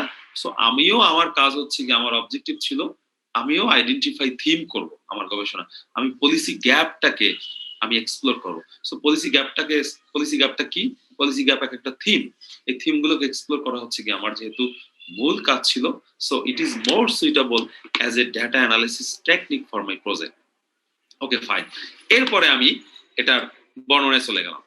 It follows the inductive process as the categories into which themes stored are not decided prior to coding the data. যে কথাটা কিন্তু আমি তোমাদেরকে এই বর্ণনা করেই বলেছি, যে গবেষক যখন কোডিং গুলো করবে তখন সে আগেভাগে ডিসাইড করা থাকে না কিন্তু যে আমার থিমটা কি হবে। সে কোডিং করতে করতে, রিভিউ করতে করতে তখন তার মাথায় আসলো, ও এই কোড গুলো তো সবগুলোই হচ্ছে কি একটা প্যাটার্ন রিফ্লেক্ট করে। সেই প্যাটার্নটা কি? সেটা হচ্ছে গিয়ে আন্ডারস্ট্যান্ডিং দ্য চাইল্ড, শিশুকে কিভাবে আমি বুঝবো, কিভাবে শিশু অধিকার সম্পর্কে আমি বুঝবো, এটা তাইলে আমার একটা প্যাটার্ন, এটা আমার একটা থিম। এই তুমি কিন্তু ওই আর্টিকেল গুলো রিভিউ, পলিসি ডকুমেন্ট গুলো রিভিউ করতে করতে কিন্তু তোমার মধ্যে এটা তৈরি, বাট এটা these are not decided, this is very important কিন্তু, তাইলে কিন্তু এটা গ্রাউন্ডেড থিওরি হলো না। তুমি যদি আগে থেকে ডিসাইড করা থাকো তাহলে কিন্তু তুমি গ্রাউন্ডেড থিওরি হলো না, কারণ এটা কাজই হচ্ছে কি তোমার ইন্ডাকটিভ ওয়েতে যেতে হবে। তুমি প্যাটার্ন বের করতে তুমি লাস্টে গিয়ে তুমি বলবা যে দিস ইজ থিওরি, যেটাকে আমরা বলছি গ্রাউন্ডেড থিওরি, রাইট? সো দেখো পরের লাইনে কি লিখেছি, this categories are induced from the data. এই যে ক্যাটাগরি গুলো এবং এই যে প্যাটার্ন গুলো আমি মানে পেয়েছি, এটা তোমাকে ওই ডকুমেন্ট থেকেই তোমাকে এটা ইনডিউস করা হয়েছে, ডকুমেন্ট থেকে তুমি উৎসাহিত অংশগুলো কিন্তু পেয়েছো। এই যে দেখো, while working on themes related the gap of child rights, I dealt with several relevant issues that I had not anticipated before. দেখো এটা কিন্তু একটু ব্যাখ্যা তোমার গবেষকের আর্গুমেন্ট, যে আমি যখন পলিসি গ্যাপ বের করতে গিয়ে এই যে নির্দিষ্ট ডকুমেন্ট গুলো, পলিসি ডকুমেন্ট গুলো আমি রিভিউ করেছি, তখন আমি যে প্যাটার্নটা পেয়েছি, ধরো চিলড্রেনের সংজ্ঞাগুলো এত তারতম্য, এত ভেরিয়েশন, এত ডিফারেন্স যখন আমি পেয়েছি, এটা আমার আগে থেকে কোনো ধারণা ছিল না। এটা আমি করতে গিয়েই, রিভিউ করতে করতেই কিন্তু এগুলো আমি এক্সপ্লোর করেছি। এই ব্যাখ্যাটা এখানে বলেছি, I dealt with several relevant issues that I had not anticipated before. This is very important. আমি আগে থেকে অ্যান্টিসিপেট করিনি, বাট আমি কাজ করতে গিয়ে আমি এটা এক্সপ্লোর করেছি, আইডেন্টিফাই করেছি। In that stage, I had a plan to make more sub-themes under each of the main themes related to policy gap. এইবার দেখো যেটা আমরা টেবিলে বর্ণনা করেছিলাম, যে আমি থিম গুলো আলোকে সাব থিম গুলোকে আবার আমি থিমে রূপান্তর করেছি, কতগুলো সাব থিম মিলে একটা আমার থিম হয়েছিল, রাইট? অ্যাজ আই লুক, এই দেখো তুমি একটু প্র্যাকটিক্যালি চিন্তা করো, দেখবা কাজগুলো দৃশ্যমান হয় কিনা। তুমি তোমারটা মতো করে তুমি এভাবে ডিজাইন করবা। As I looked at identifying policy gaps through reviewing different policy documents, I applied thematic network analysis, which is simply a way of organizing a thematic analysis of qualitative data. In my study, thematic analysis seek to unearth the themes salient in a text at different levels, and thematic networks aim to facilitate the structuring and depiction of these themes. এটা একেবারে দেখো total তোমার কাজের ধরনটা এখানে বর্ণনা করা হয়েছে, যে আমি জাস্ট বলে দিতে পারতাম যে আমি আমার গবেষণায় থিমেটিক অ্যানালাইসিস ব্যবহার করেছি, এরপর পাঠক বুঝে নেবে যে থিমেটিক অ্যানালাইসিস কি। তা না, তুমি কেন থিমেটিক অ্যানালাইসিস ব্যবহার করছো, কোন কোন জায়গাগুলো তোমার কাজের সাথে সংগতিপূর্ণ, যেটা কিনা থিমেটিক অ্যানালাইসিস ক্লেম করে, সেই ব্যাখ্যাটা তোমার কিন্তু এখানে দিতে হয়েছে। এরপরে দেখো শুধু তোমার কথা না, কিন্তু এটা এগুলো আরো অন্যান্য গবেষক অনেক মেথোডোলজি কিন্তু তখন আমি কোট করেছি। দেখো যে আমারটাকে জাস্টিফাই করার জন্য যে না এটা শুধু আমার কথা না, এটা এই যে এট্রাইড স্টার্লিং এবং বরুণ ক্লার্ক এরাও কিন্তু এই একই প্রক্রিয়ার কথা বলেছে, এবং তাদের ওই ধারণাগুলোই আমি আমার গবেষণায় ব্যবহার করেছি। ওকে, এবং দেখো এই যে এখানে হচ্ছে কি একেবারে থিমেটিক অ্যানালাইসিস এর একেবারে প্র্যাকটিক্যাল অ্যাপ্লিকেশন আমি কিভাবে করছি। এই যে দিস প্রসিডিউর ইনক্লুডেড 6 ফেজ, 6টা ফেজের মধ্যে যেটা করেছি by steps under 3 stages of analysis. মানে এক একটার মধ্যে আবার এটা তিনটা অ্যানালাইসিস স্টেজের মধ্যে 6টা ফেজ। তো ফার্স্ট ফেজটা হচ্ছে কি দ্য রিডাকশন অফ ব্রেকডাউন। এইগুলা বোঝার জন্য আমি বলেছিলাম যে আর্টিকেলটা দিয়েছি অ্যাডভান্স, ওটা যদি পড়তে তাইলে আমার এই লেখাটা কিন্তু তুমি রিলেট করতে পারতে চট করে। ওকে, আচ্ছা যদি নাও করে থাকো, এখন যেহেতু পড়ো নাই কিছু করার নাই, আমি ব্যাখ্যাটা করে দিচ্ছি, তোমরা ওই টেক্সটটা যখন পড়বে তখন রিলেট করার চেষ্টা করবে। প্রথম স্টেজটা কি তাইলে, reduction or breakdown of text. যে কথাটা কিন্তু ওই আমি টেবিল যখন বর্ণনা করেছিলাম আমার কোড তখন কিন্তু বলে দিয়েছি ইন অ্যাডভান্স, যে আমি একটা টেক্সটকে বা পলিসি ডকুমেন্টটাকে আমি কিন্তু রিভিউ করে করে টেক্সটগুলোর মধ্যে থেকে কিন্তু আমি কোডগুলো বের করেছি। সেটাই হচ্ছে কি তোমার এই যে ফার্স্ট স্টেজ রিডাকশন আর ব্রেকডাউন। রিডাকশন আর ব্রেকডাউন কি, আমার অনেকগুলো কিন্তু তখন স্টেটমেন্ট ছিল, একটা প্যারাগ্রাফের মধ্যে, দুটা তিনটা প্যারাগ্রাফের মধ্যে যদি একটা পেজ যদি আমি একটা টেক্সট হিসেবে কাউন্ট করি, তার মধ্যে থেকে কিন্তু আমি একটা কোড নিয়ে আসছিলাম, রাইট? সো সেটা কি করছিলাম, ব্রেকডাউন করেছিলাম না, রিডাকশন করেছিলাম। ধরো একটা পাতার মধ্যে আমার 4টা থিম ছিল, সাব থিম ছিল, এই 4টা সাব থিমের মধ্যে ধরো আবার এক একটা সাব থিমের মধ্যে আবার 3-4টা কোডিং ছিল। তো এই যে আমি রিডিউস করেছি সবগুলো হোল ডকুমেন্টটা থেকে আমার এক্সট্রাক্ট ভার্সনটাকে আমি তুলে নিয়ে আসছি, এটাকে বলা হচ্ছে reduction or breakdown of text, which includes 3 steps. এই স্টেপটা আবার 3টা স্টেপের মধ্যে দিয়ে করেছিলাম। প্রথম কাজটা কি করেছিলাম দেখো, I dealt with coding material, which included devising a coding framework and dissecting text into text segments using the coding framework. এই যে using the coding framework মানে হচ্ছে কি, এই যে এইটা,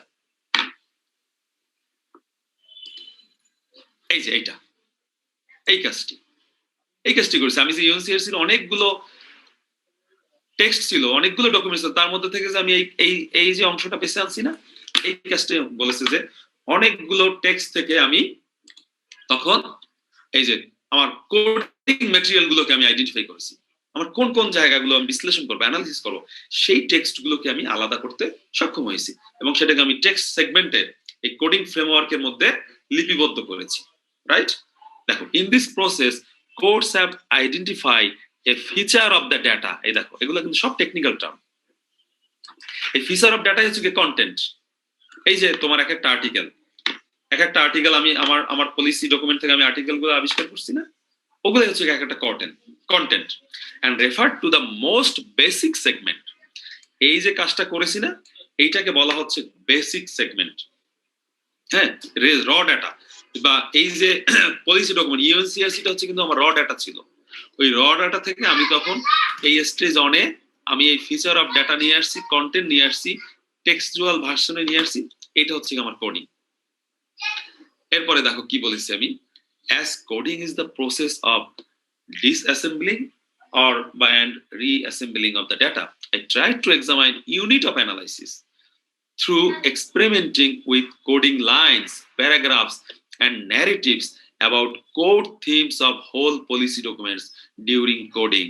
এই দেখো, এইটাই কিন্তু মেজর কাজ। ঘুরে ফিরে কিন্তু আমার কথা কিন্তু একটাই, যে আমি ওই প্যারাগ্রাফ গুলোকে আমার এগুলোকে বারবার রিভিউ করে করে করে প্যাটার্ন আবিষ্কার করার চেষ্টা করেছি, কোনটার সাথে কোনটা যায় সিমিলারিটিস খোঁজার চেষ্টা করেছি এবং কোনটার সাথে আমার রিসার্চ অবজেক্টিভের সাথে ম্যাচ করে, আমার উদ্দেশ্যগুলো কি সেগুলোর সাথে যেন আমি রিলেট করে করে এই কন্টেন্ট গুলো আমি বের করেছি।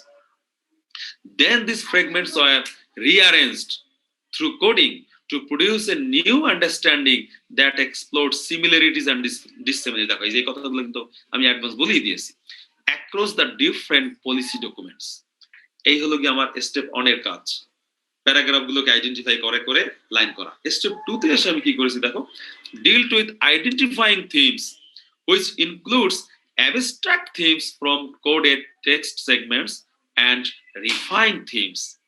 একেবারে দেখো প্র্যাকটিক্যালি এই কাজটি আমি তখন করেছি যখন আমার সাবথিম এক্স্যাক্টলি এই জিনিসগুলো যখন আমার কাছে অ্যাভেলেবেল হয়েছে বিভিন্ন ডকুমেন্ট থেকে, এগুলো হচ্ছে কি আমার কন্টেন্ট। স্টেপ 1 এ করেছি এগুলা, বিভিন্ন ডকুমেন্ট থেকে প্যারাগ্রাফ থেকে বেছে বেছে বেছে বেছে বেছে আমার টেক্সট গুলোকে আমি আইডেন্টিফাই করেছি। হ্যাঁ, এটাকে আমি বলছি কি ডিসঅ্যাসেম্বলিং, রিঅ্যাসেম্বলিং করে করে দেন এর মধ্যে থেকে আমি তখন একটা সাব থিম খুঁজে পেয়েছিলাম। কিন্তু এই যে ডেফিনেশন অফ চাইল্ড, এই কথাটাই তখন এখানে কিন্তু এই অথর ব্যাখ্যা করেছে। আবার যদি আমরা এই ডকুমেন্টে যাই, দেখো স্টেপ 2 এর কাজটা কি দেখলে, এই যে আইডেন্টিফাইং থিমস, যেটা থিম এবং সাব থিম গুলোকে আমি আইডেন্টিফাই করেছি। এর মধ্যেও তুমি দেখো আবার স্টেপ 3 তে এসে বলছি কি constructing thematic links which included arranging themes and selecting basic themes. এই জায়গায় এসে দেখো ফার্দার কাজ হচ্ছে গিয়ে শুধু থিম আইডেন্টিফাই না, তোমার ইন্টার থিম গুলোর মধ্যে কোন ধরনের কি হলো, আমার স্ক্রিন কি চলে গেছে নাকি, দেখা যাচ্ছে? দেখা যায়। Okay fine. তখন আবার ইন্টার থিম গুলোর মধ্যে কানেকশন আছে কিনা রিলেট করার চেষ্টা করেছি, যে understanding child definition, child rights এবং চাইল্ড লেবার, তার সাথে আবার ওই যে সোশ্যাল ডাইমেনশন আমি আরেকটা থিম ছিল, তার সাথে কোনো ইন্টার কানেকশন আছে কিনা, রিলেট করা যাচ্ছে কিনা, সেগুলো তখন এসে এই স্টেপ 3 তখন সে করার চেষ্টা করেছে। এবং এই দেখো 4 এসে কি বলছি, describing and exploring thematic linkage. এই যে একটা থিমের সাথে আরেকটা থিমের লিঙ্ক আছে, এইটা তখন গবেষক ব্যাখ্যা করবে, লিঙ্কগুলো এস্টাবলিশ করবে, লিঙ্কগুলো প্রতিষ্ঠিত করার জন্য সে তখন তার আর্গুমেন্ট গুলো সে দেবে, ডিসক্রাইব করবে। মানে সাব থিমস গুলোর মধ্যে লিংক আছে কিনা, আন্তঃসম্পর্ক, রাইট, সাব থিম গুলোর মধ্যে আন্তঃসম্পর্ক আছে কিনা, হ্যাঁ, এইটা সে তখন বলবে। স্টেপ 5 এসে বলবে deal with summarising thematic links. 5 নম্বর স্টেপে এসে বলবে ওই যে তুমি প্রথম ডিসক্রাইব করছো যে এই আন্ডারস্ট্যান্ডিং চাইল্ড ডেফিনিশনের সাথে চাইল্ড রাইটস এর সম্পর্ক আছে কিনা, এই থিমটার সাথে এই থিমটা এই রিলেশন আছে, এটা তুমি ডিসক্রাইব করলা। এরপরে এসে তুমি সামারাইজ করবা। আলটিমেটলি কিন্তু ওই যে রিপোর্ট রাইটিং এর যে অংশটা তোমাকে দেখাইলাম না, ওটা কিন্তু সামারাইজ বেসিক্যালি। আমি অনেকগুলা রিলেশনশিপের মধ্যে থেকে একটা দুইটা দিয়ে ব্যাখ্যা করেছি। These are called summarising thematic links. Finally গিয়ে তোমার থার্ড ফেজে তোমার integration of exploration which embraces on step only. এই ফাইনাল স্টেজ বাই স্টেপ 6 এর কাজটা হচ্ছে গিয়ে dealt with interpreting the patterns and producing a scholarly report based on this analysis. এইটাই হলো গিয়ে তোমার একেবারে ফাইনাল কাজ, যে কাজটি তোমাদেরকে এই যে আমি আমার একেবারে রিপোর্ট রাইটিং গিয়ে তোমাকে দেখিয়েছিলাম। ফাইনাল থিম যেটা আসবে, ফাইনাল থিম না, ফাইনাল থিম তো তুমি আবিষ্কার করেইছো, কাইন্ড অফ রেজাল্ট বা অবজেক্ট যেটা ছিল, তোমার নিজস্ব আর্গুমেন্টটা, যে আর্গুমেন্টটা আমি ওখানে করেছিলাম যে যদিও ইউনিভার্সালি চিলড্রেনের সংজ্ঞা ইউএনসিআরসি তে দেওয়া আছে 18 বছরের নিচে যারা, তাদেরকে আমরা শিশু হিসেবে সংজ্ঞায়িত করি, কিন্তু তারপরেও আমাদের যে ন্যাশনাল যে পলিসি ডকুমেন্ট গুলো আছে তার মধ্যে হচ্ছে গিয়ে লিটল কনসেনসাস। এই যে লিটল কনসেনসাস কথাটা বলেছি না, এটা হচ্ছে আমার ইন্টারপ্রিটেশন। এই লিটল কনসেনসাসটা কিন্তু তুমি ওই কোন থিমের মধ্যেও ছিল না, সাব থিমেও ছিল, এবং তোমার কোডে তো থাকার প্রশ্নই আসে না। But based on your analysis, বা তুমি যে এই যে কোডিং গুলো, থিম গুলো, সাব থিম গুলোকে তুমি অ্যানালাইসিস করে করে তুমি আইডিয়া করেছো যে না এই স্টেটমেন্টটা হচ্ছে গিয়ে সাপোর্টেড বাই ইওর ফাইন্ডিংস। তুমি তখন বলছো যে little consensus among the national child rights policy documents in Bangladesh. এই যে তোমার স্টেটমেন্টটা, এটা হচ্ছে গিয়ে স্টেপ 6। এটাকে আমরা বলছি ইন্টারপ্রিটিং দা।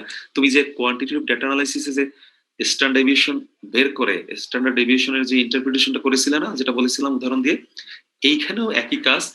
স্ট্যান্ডার্ড ডেভিয়েশনের জায়গায় রিপ্লেস হয়ে যাচ্ছে তোমার ওই যে থিম সাব থিম গুলো অ্যানালাইসিস করে তোমার যে অবজারভেশন, তোমার যে তাত্ত্বিক ব্যাখ্যা, সেইটাকে আমরা বলছি interpreting the patterns and producing a scholarly report. Finally, আমি যখন বললাম there is a little consensus among the policy documents in Bangladesh, this is only my statement, this is only my argument, this is only a researcher's observation. এইটা কি আমরা বলছি scholarly, এটা সে produce করেছে, কিন্তু এটা কিন্তু আগের কারো কোনো ডকুমেন্টের অংশ না, এটা হচ্ছে একান্তই তোমার অ্যানালাইসিস, তুমি প্রডিউস করেছো তোমার ওন ডাটা, তোমার ওন ফাইন্ডিংস। এটাই হচ্ছে গিয়ে যখন করবা, এই মধ্য দিয়ে তোমার এই অ্যানালাইসিসটা শেষ হবে।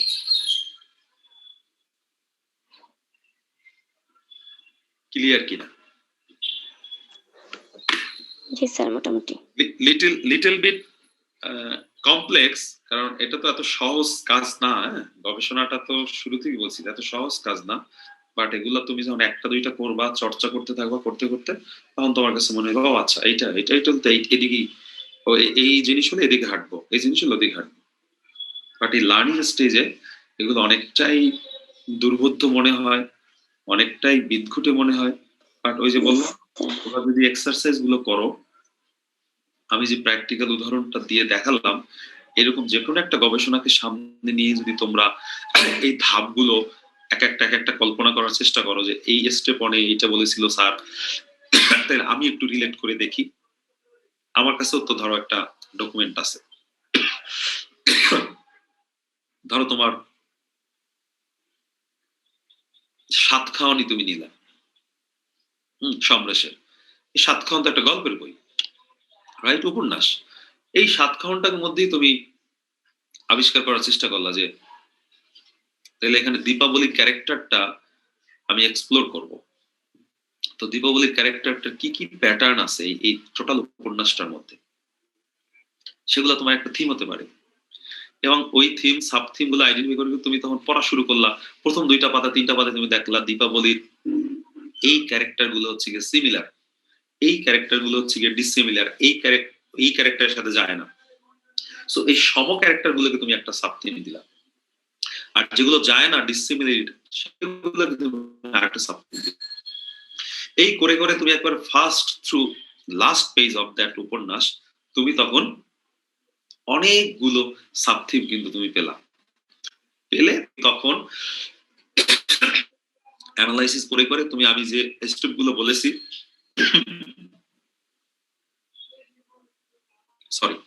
ওই স্টেপ গুলো পার করে করে করে করে তুমি একদম ফাইনালে গিয়ে স্টেটমেন্ট দিলা, Dipaboli character is a very mysterious character. এই Dipaboli character is a mysterious character, এইটা সমরেশ বলে নাই, ধরো কোন উপন্যাসের কোথাও বলে নাই, বাট তুমি উপন্যাসটাকে ব্যাখ্যা করে বিশ্লেষণ করে করে করে তোমার কাছে মনে হয়েছে as a reader, as a গবেষক, যে দীপাবলি ক্যারেক্টারটাকে আমি বিভিন্ন স্টেজে বিশ্লেষণ করে দেখেছি এটা একটা রহস্যময় চরিত্র। আমি যদিও কাল্পনিক বলছি, এটা কিন্তু বাস্তবতার সাথে মিল নাই। কোনো উদাহরণ দিয়ে বোঝানোর জন্য, দীপাবলি না, ধরো XYZ, এই ক্যারেক্টারটি হচ্ছে গিয়ে একটা মিস্টার, এই যে মিস্টেরিয়াস ক্যারেক্টার তুমি বললে, এইটাই তোমার হচ্ছে গিয়ে প্রোডাকশন, এইটাই তুমি প্রডিউস করেছো based on your interpretation, based on your analysis. এই যে তুমি স্টেটমেন্টটা বললে যে Deepavali character is a mysterious character, এইটাই তোমার হচ্ছে গিয়ে কনক্লুশন, এইটাই তোমার হচ্ছে গিয়ে স্কলারলি রিপোর্ট, যে কথাটা এই যে আমরা হাইলাইট করে দেখালাম, যে produce A scholarly report based on this analysis. Analysis গুলা কি ছিল? ওই যে উপন্যাসের প্রথম পাতা থেকে শেষ পর্যন্ত তুমি বিভিন্ন ধরনের যখন তুমি পড়ছিলে তখন তুমি যে অ্যানালাইসিস করে থিম সাব থিম আলোকে আলাদা আলাদা করে ব্যাখ্যা বিশ্লেষণ করেছো, ওগুলো তোমার অ্যানালাইসিস। ওই অ্যানালাইসিসের আলোকেই কিন্তু তুমি বললা হচ্ছে গিয়ে যে ক্যারেক্টারটা হচ্ছে একটা মিস্ট্রিয়াস ক্যারেক্টার, একটা রহস্যময় চরিত্র। এই রহস্যময় চরিত্রটাই হচ্ছে গিয়ে কিন্তু সমরেশ বলে নাই, তুমি বলেছো। এই তোমার বলাটাই হচ্ছে গিয়ে তোমার ফাইন্ডিংস, তোমার ইন্টারপ্রিটেশন, এবং and therefore this is, you can say this is conclusion. ওকে, এবারে প্রশ্নে পালা। এই আলোচনায় তোমাদের কি কোনো ধরনের কোনো কোশ্চেন, কোনো কিছু আছে কিনা? কি ব্যাপার, এটা এরকম হচ্ছে?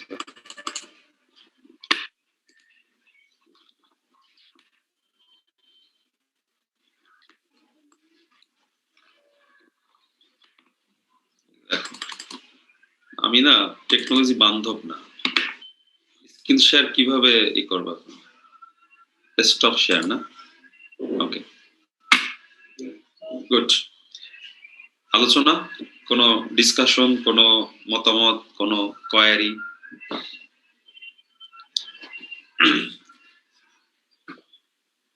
তাহলে আমি কোশ্চেন করবো, তোমরা যদি না করো। স্যার আমার কয়েকটা বিষয় ক্লিয়ার করার ছিল, আমি একটু কম বুঝি তো। করো, কম বোঝো দেখেই তো তুমি ছাত্র। তুমি যদি বেশি বুঝতা তোমার তো সোশ্যালজি ডিগ্রি দরকার ছিল না। তবুও স্যার মানে যেগুলো বুঝি না না কোশ্চেন করে মনে পরে ভাবতেছি যে আমার নিজেরই ক্ষতি হচ্ছে। না, এই জন্য প্লিজ ক্ষতি করো না, নিজের ক্ষতি নিজে করো না। এই জন্য কোশ্চেন করো। প্রশ্ন মানে বিদ্ধ করার জন্যই তো আমাকে পাঠিয়েছে তোমাদের সামনে, না? স্যার আমি একটু মানে রিলেটেড করার চেষ্টা করছি কোয়ান্টিটিভের সাথে, যেহেতু ওইটা একটু হালকা বুঝতে পেরেছি। হালকা বুঝতে পেরেছো? মানে না কিছু কিছু গ্যাপ তো আসছেই স্যার। আচ্ছা আচ্ছা, এইটা কি একটু ভারী আকারে বুঝতে পারছো তাইলে নাকি? না না বুঝতে পারছি বলতে ওই কোয়ান্টিটিভের সাথে একটু রিলেটেড করার চেষ্টা করছি। যেমন এখানে আপনি টাইপ অফ ডকুমেন্ট বা এই যে পলিসি ডকুমেন্ট দিয়েছেন, এটা কি স্যার আমাদের কোয়ান্টিটিভের সাথে যে আমরা এরিয়াটা নিই এটার সাথে রিলেটেড? এরিয়াটা আমি কোশ্চেনটা আবার বুঝি না, আবার বলো কি এরিয়াটা মানে? কোয়ালিটেটিভের এখানে আপনি যে ডকুমেন্টটা নিচ্ছেন কেস স্টাডি বা যে ইন্টারন্যাশনাল ন্যাশনাল এটা নিয়েছেন, আমরা যদি এই জিনিসটাই কোয়ান্টিটিফে করি, তাহলে ওইটা কি যে আমরা যে একটা এরিয়া নিয়ে নিচ্ছি, যেমন ঢাকা এরিয়া, বাংলাদেশ, এটার সাথে কি এটা রিলেটেড? অবশ্যই তুমি সেটা করতে পারো। তুমি ধরো, আমি একটু রিলেটেড করার চেষ্টা করতেছি অবশ্যই না, আমি বুঝতে পেরেছি তোমার কোশ্চেন। তুমি কোয়ান্টিটেটিভ অ্যানালাইসিসে কি কোন কম্পারেটিভ অ্যানালাইসিস হয় না? অবশ্যই হয়, হবে না কেন?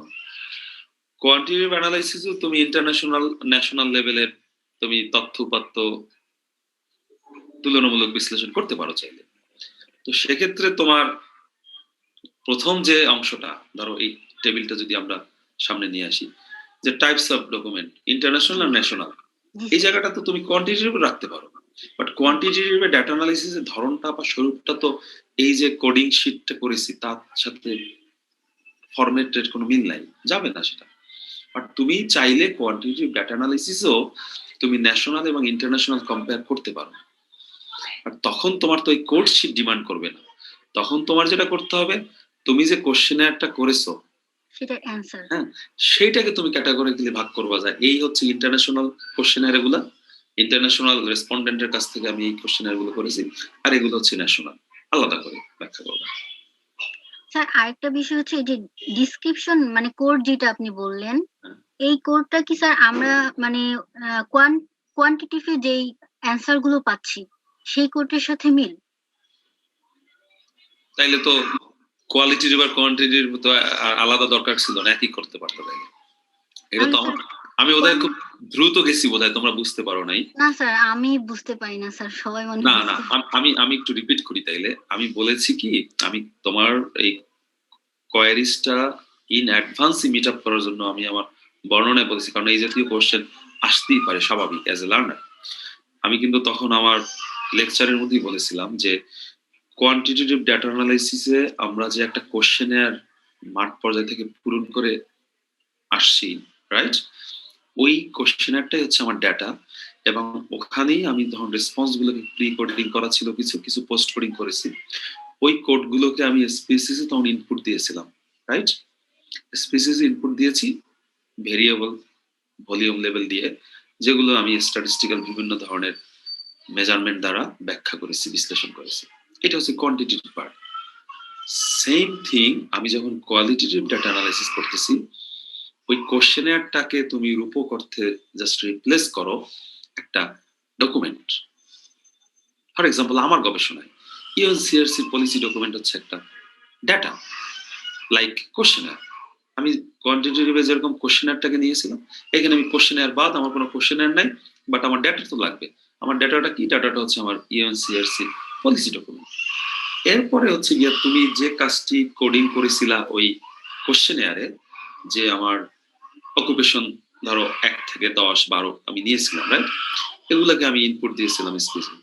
এইখানে এসে আমি আমার যেহেতু এরকম কোড নাই, আমি কোডটা বের করার জন্য আমার টেক্সট গুলো রিভিউ করতে হয়েছে, আর্টিকেল গুলো রিভিউ করছি, প্যারাগ্রাফ গুলোকে রিভিউ করেছি। রিভিউ করে করে আমি আমার সিমিলার ডিসিমিলার প্যাটার্ন গুলো আমি আইডেন্টিফাই করেছি। ওই প্যাটার্নের আলোকে আমার কোড গুলো বিভিন্ন যে টেক্সটের অংশ, একটা লাইন, দুইটা লাইন, বা আমার গবেষণা হচ্ছে ধরো একটা আর্টিকেল, আর্টিকেল 1, আর্টিকেল 2 এরকম আসছে। সো এগুলোকে আমি তখন ওই ডাটা কোয়ান্টিটির যে আমার অকুপেশনাল স্ট্যাটাস যে একটা ডাটা ছিল, রাইট, কোড ছিল, যে কোড গুলো আমি ইনপুট দিয়েছি, এইখানে এসে আমি হচ্ছে গিয়ে এই যে কন্টেন্ট গুলো, এই যে টেক্সট গুলো আমি আইডেন্টিফাই করেছি, এগুলোকে আমি ইনপুট দিয়েছি। এইভাবে তুমি কোয়ান্টিটি এবং কোয়ালিটির সাথে পাশাপাশি তুমি তুলনা করে করে শিখতে পারো।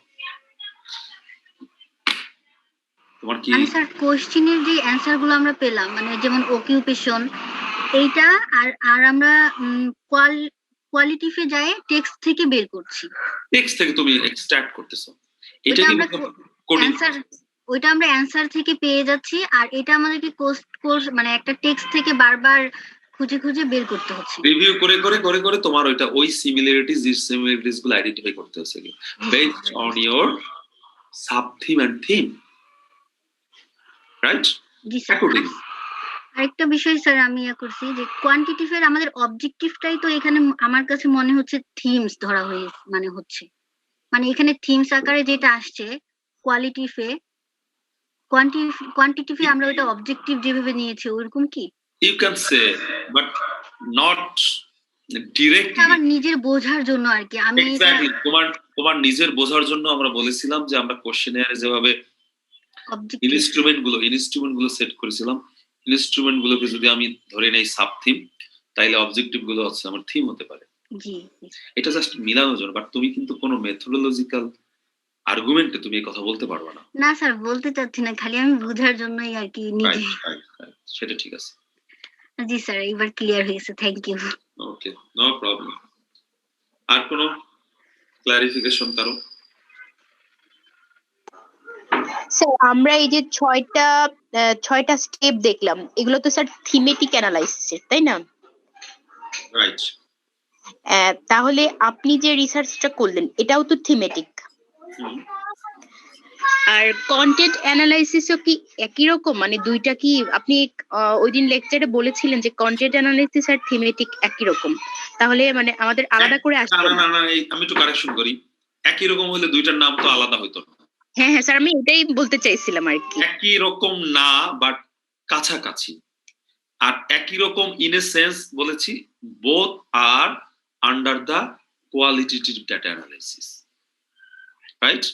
সো কন্টেন্ট অ্যানালাইসিসে হচ্ছে কি এই যে 6টা ফেজের কথা বলেছি, ওই 6টা ফেজ কন্টেন্ট অ্যানালাইসিসে নেই, বাট কন্টেন্ট অ্যানালাইসিসে তোমার কোডিং পর্যন্ত সিমিলার। তোমার টেক্সট থেকে কোড বের করে আনতে হচ্ছে এবং ওটাকেই তুমি ব্যাখ্যা করতেছো। কেউ কোনো গবেষক সাব থিম নিয়েও কন্টেন্ট অ্যানালাইসিস করেছে, আবার কেউ ডিরেক্টলি ওই যে কোডগুলো আইডেন্টিফাই করেছে ওগুলো ব্যাখ্যা বিশ্লেষণ করেও তার স্টেটমেন্ট বা তার আর্গুমেন্ট গুলো সে ডেভেলপ করেছে। পার্থক্যটা ক্লিয়ার? বাট থিমেটিক অ্যানালাইসিসে তোমার এমার্স করে বা ডিমান্ড করে হচ্ছে ওই যে 6টা ফেজের কথা বলেছি আমরা, as per Braun and Clarke এবং ওই যে ট্রাইট এন্ড স্টার্লিং এর যে আর্টিকেলস। স্যার তাহলে কি কন্টেন্টের আরেকটা ক্লাস নিবেন, মানে আলাদা করে আমাদের কি পরীক্ষায় আসবে নাকি থিমেটিকটাই আসবে? এই হচ্ছে গিয়ে তুমি আসল কথায় আসছো যে পরীক্ষা জরুরি, আমাদের ফোকাস হচ্ছে সেইখানে। যেহেতু তোমাদের কোনো পরীক্ষা নাই এখন, কি আনন্দ ঘরে ঘরে, আমরা অনলাইনে শুধু ক্লাসই করতে থাকবো, শুয়ে বসে ঘুমিয়ে চা খেয়ে। আমাদের পরীক্ষা নিয়ে আপাতত চিন্তা করার দরকার নাই। আপাতত চিন্তা করো আমি কন্টেন্ট অ্যানালাইসিস, থিমেটিক অ্যানালাইসিস বা এই যে survey method, qualitative data analysis, এগুলো আমি কতটা আত্মস্থ করতে পারি, কতটা প্র্যাকটিক্যাল যখন আমি গবেষণা করব কিভাবে অ্যাপ্লাই করতে পারবো এই নলেজ, সেগুলোর প্রতি ফোকাস করো। সো কন্টেন্ট অ্যানালাইসিস জন্য আলাদা ক্লাস দাবিও করবে না, আর পরীক্ষায় মানে প্রকারান্তরে জেনে নেওয়া যে কন্টেন্ট অ্যানালাইসিসটা পরীক্ষার জন্য কতটা গুরুত্বপূর্ণ। আমি উত্তর হচ্ছে গিয়ে straightforward, both are important for your exam. যদিও এক্সাম হবে কি হবে না উই ডোন্ট নো। সো তুমি যদি থিমেটিক অ্যানালাইসিসটা বোঝো, কন্টেন্ট অ্যানালাইসিসটাও তুমি বুঝবে। এবং আমি কিন্তু কন্টেন্ট অ্যানালাইসিসের এই টেবিলটা, কোডিং শিটটা হচ্ছে কমন, এটা বলে দিয়েছি। বাট আমি বারবার বলার চেষ্টা করছি যে ওই যে ফেজ 6টার কথা বলেছি, এইটা হচ্ছে গিয়ে থিমেটিক অ্যানালাইসিসকে স্পেশালি ডিমান্ড করে। আর বাকি যে প্রক্রিয়ার কথা আমরা বলেছি, all are same for the both content analysis and thematic analysis. Sir বুঝতে পারছি আমি। ক্লিয়ার? জি স্যার। আর কোনো পরীক্ষা সংক্রান্ত জিজ্ঞাসা? আর পরীক্ষা সংক্রান্ত জিজ্ঞাসা আছে, বলেন। এই চ্যাপ্টার থেকে স্যার কেমন কোশ্চেন আসবে পরীক্ষায়? আল্লাহ, স্যার এইটাই মেইন বিষয়, আপনি মাইন্ড করেন না প্লিজ। না আমি মাইন্ড করলেও তোমাদের তো কিছু যায় আসে না। অবশ্যই স্যার যায় আসে। না একদমই না, কারণ তোমরা তোমাদের ঠিক আছে শিখতেছি, বাট পরীক্ষার ব্যাপারটা তো কনসার্নে থাকতে হবে। আচ্ছা, পরীক্ষার ব্যাপারে যদি কনসার্ন থাকো, আগে কমপ্লিট একটা ধারণা তৈরি করো কিভাবে একটি গবেষণা করতে হয়। পরীক্ষার ডেট হলে আমরা একটা রিভিউ ক্লাস করব, তখন শুধুমাত্র আলোচনাই হবে পরীক্ষা কেন্দ্রিক। এখন আপাতত একজন আদর্শ লার্নার হিসেবে যা যা গুণাবলী থাকা দরকার সেই গুণাবলীগুলো অর্জন করো। এবং এই যে বিষয়গুলো আমরা ক্লাসে, আমার কিন্তু অনেক পরিশ্রম হয়, তোমরা জানি না তোমরা এগুলা কিভাবে মনে করো। আমি যে এই যে ঠান্ডা অবস্থায় আমি কথা বলতে কষ্ট হচ্ছে, তারপর আমি চেষ্টা করছি তোমাদের এই জিনিসগুলো ক্লিয়ার করার জন্য। আর তোমরা যদি একান্তই ফোকাস করো শুধুমাত্র পরীক্ষা কেন্দ্রিক, তাইলে মাইন্ড না, একটু কষ্ট পাবো আর কি। মাইন্ড করা করি না, কষ্ট যে আমি পরীক্ষা তো স্যার শেখারই একটা অংশ, তাই না? আমি তো আবারও বললাম যে তুমি যখন পরীক্ষার ডেট পড়বে তখন আমরা একটা রিভিউ ক্লাস করব, আর যেগুলো তুমি শিখছো তার বাইরে কখনোই পরীক্ষায় আসবে না, পরীক্ষা তোমার শেখার মধ্য থেকেই আসবে, এটা তুমি নিশ্চিত থাকো। জি স্যার, ঠিক আছে। আর আমি কনফিডেন্টলি তোমাদের মেক শিওর করতে পারি, এটা কোড এবং আনকোড তুমি করতে পারো। আমি এখন পর্যন্ত আমরা যে ক্লাসে আলোচনা করেছি যে বিষয়গুলো, এটা পরীক্ষার থেকেও বেশি আলোচনা হয়েছে, কাজে চিন্তা করার কোনো অবকাশ নাই যে এর বাইরেও কিছু থাকতে পারে কিনা। স্পষ্ট বোঝা গেছে কিনা? জি জি স্যার। স্যার। হ্যাঁ, জি স্যার, বুঝতে পারছি। সন্তুষ্ট হতে পারো নাই? না স্যার, ইটস ফাইন। সন্তুষ্ট তখনই হবা যখন আমি বলে দেব এই কোশ্চেন প্যাটার্ন, এই থিমেটিক অ্যানালাইসিসের প্যাটার্ন এক্সপ্লোর করা যত না জরুরি, কোশ্চেনের প্যাটার্ন এক্সপ্লোর করা তোমাদের জন্য আরো বেশি জরুরি। এবং আমি যখন বলে দেবো যে এই ক্যাটাগরির কোশ্চেন হবে, এই প্যাটার্নের কোশ্চেন হবে, তখন তোমরা কি আনন্দ ঘরে ঘরে একবারে, হ্যাঁ, কি চাও একেবারে ঈদের খুশি, সেই খুশিটা স্যার, হবে। আপনি কি চান আমাদের আনন্দ না থাকুক?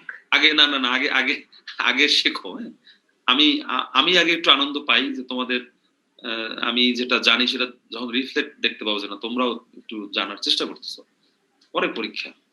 জি স্যার, ঠিক আছে। আর আমার কোর্সে আমার মনে হয় না অত বেশি খারাপ করে স্টুডেন্টরা, তোমরা এগুলা ট্রেন্ড অ্যানালিসিস করলেই তো পারো। কেমনে করবো স্যার? ঘরে বসে গিয়ে ট্রেন্ড অ্যানালাইসিস না না হবে? না, কেন ঘরে বসেই তো করবা, তোমাদের কাছে ডেটা আছে তো, তোমাদের প্রিভিয়াস বড় ভাই বড় আপুর আছে না, তারা তো আমার কোনো না কোনো ছাত্র, কোনো না কোনো কোর্সে। সো তার মানে এটা আবার আশান্বিত হইও না যে একেবারে আমার ক্লাসে সবাই এ প্লাস পাবা, তা কিন্তু না, আমার কোর্সে কিন্তু 0 পেয়েছে। So, ভয় দেখেন না। তাদের জন্য না, এটা ভয় দেখাচ্ছি না, এটা সতর্ক। পেতে চাই। শোনো, জিরো পাওয়া। আমি সতর্ক, তুমি পড়ো, তুমি পড়লে এ প্লাস না, আমি খুশি হয়ে মানে এ ডাবল প্লাস দিয়ে দেবো, অসুবিধা নেই। আমি যা শিখাইছি সেটা যদি রিফ্লেকশন দেখি তাহলে তো এ প্লাস না, এ প্লাসের থেকে আমি যদি কোনো মন্তব্যের ঘর থাকে যে ওভার স্যাটিসফাইড, আমি সেই মন্তব্য দিতে রাজি আছি। কিন্তু আমি কষ্ট করে শিখাবো, তুমি নেগলেক্ট ভাবে এটা করবা না, তারে 0 দিতে আমার একটু, আমি খুব অমানবিক সেই বিষয়ে, খুবই অমানবিক, আমার কোনো মায়া দেওয়া নেই। স্যার, আমরা তো ওভার কনসার্ন, এই জন্য পড়তেছি প্লাস কোশ্চেনের ব্যাপারে কনসার্ন। গুড, তা আমিও তো আমার অবজেক্টিভটা ক্লিয়ার করছি কিনা, আমার এই কথায় আমার ব্যাখ্যায় কি কোনো ধরনের অস্পষ্টতা আছে? না, আমি তো বলেছি যে আমি যা শিখেছি তার মধ্যেই সবকিছু পরীক্ষা ইভালুয়েশন হবে। আর ইভালুয়েশনে আমি প্রত্যাশা করব যে যেটা আমি শিখিয়েছি সেটা তোমার যদি রিফ্লেকশন আমি দেখতে পাই। হ্যাঁ, এখন তো তোমাদের রেকর্ড হচ্ছে, সবকিছু তোমাদের ডকুমেন্টেড, সো গ্যাপের তো কোনো সুযোগ নাই। জি স্যার, রাইট? সো আমি তাকে কেন দেব না, কিন্তু বাকিরাও খুশি হবা যে না ওই অমুকে পেলে, এই যে কি না তুমি কথা বলতেছো, আরিফা, আরিফা এ প্লাস পেলে আমি কেন পাবো না? আমি কেন পাবো না, কারণ আরিফার মতো রেসপন্স তোমার হতে হবে, তাহলে তুমি এইটা ক্লেম করতে পারবা। ঠিক আছে? জি স্যার। আর দেখো, ঘুরে ফিরে তোমাদের কিন্তু কিউরিওসিটি পরীক্ষা সংক্রান্ত, আমি আশা করতেছি এই থিমেটিক অ্যানালাইসিস, কন্টেন্ট অ্যানালাইসিস বা ওভারঅল কোয়ালিটেটিভ ডাটা অ্যানালাইসিস নিয়ে অজস্র কোশ্চেন থাকার কথা, কিন্তু আসতেছে না কোশ্চেন। আপনার ক্লাসটা না একদমই প্র্যাকটিক্যালি করলে খুব ভালো হতো, মানে আমার ক্ষেত্রে খুবই প্রবলেম হচ্ছে আমার, মানে আমার কিছু কিছু জিনিস আমি আপনাকে মানে করে যদি এটা দেখা, আমাদেরও প্রবলেম হচ্ছে। না আমার কাছে মনে হচ্ছে সব প্রবলেম শুধু আমারই হচ্ছে, মানে বুঝতেছি না কিছু কিছু জিনিস স্যার, যেমন প্রবলেম করতে গিয়ে প্রবলেমে পড়তেছি স্যার, মানে আপনি তো বুঝিয়েছেন তখন মনে হচ্ছে বুঝতে পারতেছি, কিন্তু পরে যখন প্র্যাকটিক্যালি করছি তখন মনে হচ্ছে হ্যাঁ এটা কেমনে এটা কেমনে। তো আমি তো বারবার বলতেছি যে তখন তুমি সেটা নোট ডাউন করে রাখো না কেন? নোট ডাউন করে রাখলে নেক্সট ক্লাসে সেটা আলোচনা করে ফেলবো। স্যার আমি একটা এটা তো অনেকটা প্র্যাকটিক্যাল ক্লাসের মতোই হচ্ছে, কিন্তু এবং আমি কিন্তু ফোকাস করতেছি এটা প্র্যাকটিক্যাল ক্লাসের মতোই। কোনো ম্যাটেরিয়ালস এর দেখো, আমি কোনো স্লাইড প্রেজেন্টেশন দিচ্ছি, আমি কি কোনো ধরনের কোনো পাওয়ার পয়েন্ট বা কোনো কিছু বা এই যে এই বইয়ের এই অংশটা, এটা কিন্তু কোনো মানে ধরাবাঁধা গদবাঁধা নিয়মের মধ্যে কিন্তু ক্লাসটা হচ্ছে না। আমি বারবার বলতেছি প্র্যাকটিক্যাল ক্লাসের মতো করেই যে তোমরা কোশ্চেন করো, হ্যান্ডস অন সেশন। কোশ্চেনের তোমরা যেভাবে স্পেসেসটা যেভাবে দেখিয়েছিলা 2-3 জনে, একটু ক্লিয়ার ধারণা হয়েছিল না? প্রথমে অনেক অস্পষ্টতা ছিল না, পরে কিন্তু জি স্যার। যারা করো নাই তারাও কিন্তু অ্যাটেম্প নিয়েছো করেছো। একেবারে মানে তুমি একদিনই যে বললাম যে ওভারনাইটই তুমি পণ্ডিত হয়ে যাবা, সে আশা তো আমরা করি না, বাট আমরা চাই যে ওরিয়েন্টেশনটা থাকুক। So this is the part of the practical class. এখনো আমি আজকে যে এই যে এখন যে কথাগুলো বলতেছি, এগুলো তো part of the practical class. তুমি কোশ্চেন করো, আমরা সলভ করব। স্যার আমি কি কোয়ান্টিটিভের কিছু বিষয় নিয়ে আপনার সাথে কথা বলতে পারি আমার রিসার্চে? হ্যাঁ, বলবো না কেন, কারণ এই জায়গাগুলো ক্লিয়ার না হলে তুমি মনোগ্রাফ করতে পারবে না তো। জি স্যার, আমি তো স্যার আপনি যে পড়িয়েছেন একটু একটু বোঝার মানে বুঝতে পেরেছি, কিন্তু নিজের থেকেও তো কিছু গ্যাপ থাকে, ফুললি বলবো না যে বুঝতে পারছি। তো স্যার সেখান থেকে আমার হচ্ছে একটা অনলাইন সার্ভে আমি করেছি, সেখানে একটা শীট আসে মানে যারা যারা অ্যান্সার দিয়ে দিচ্ছে, সেই শীটটা কি আপনাকে একটু আমি দেখাবো? ওখানে একটু প্রবলেম হচ্ছে আমার। যেমন দেখাও।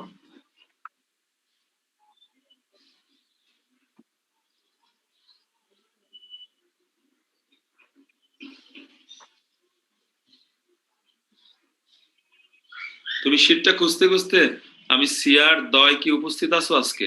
আমি ওদের সাথে একটু কথা বলি। সিয়ার 2 জন কি আছো নাকি?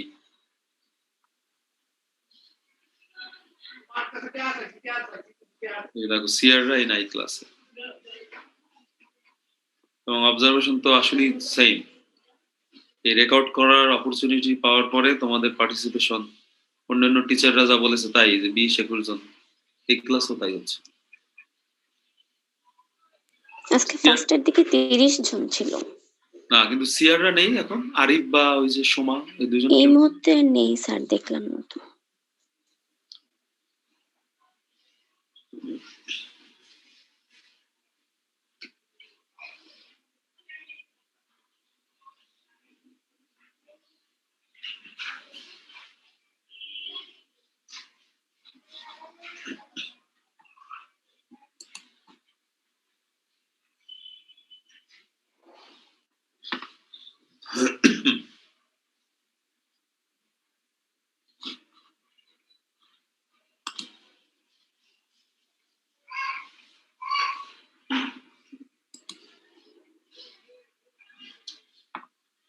স্যার সোমার বাসায় নাকি কারেন্ট নাই, সো এই জন্য আসতে পারতেছে না, এতক্ষণ ছিল। আচ্ছা আচ্ছা, তো এরকম প্রবলেম হয় আসলে অনেকে, রেকর্ডটা থাকলে সুবিধাটা আমরা পাই। এটা এস্টাবলিশ থিওরি, এটা নিয়ে আর কোনো দ্বিধাদ্বন্দ্ব নাই। স্যার আমার শীটটা কি দেখা যাচ্ছে? হ্যাঁ, দেখা যাচ্ছে।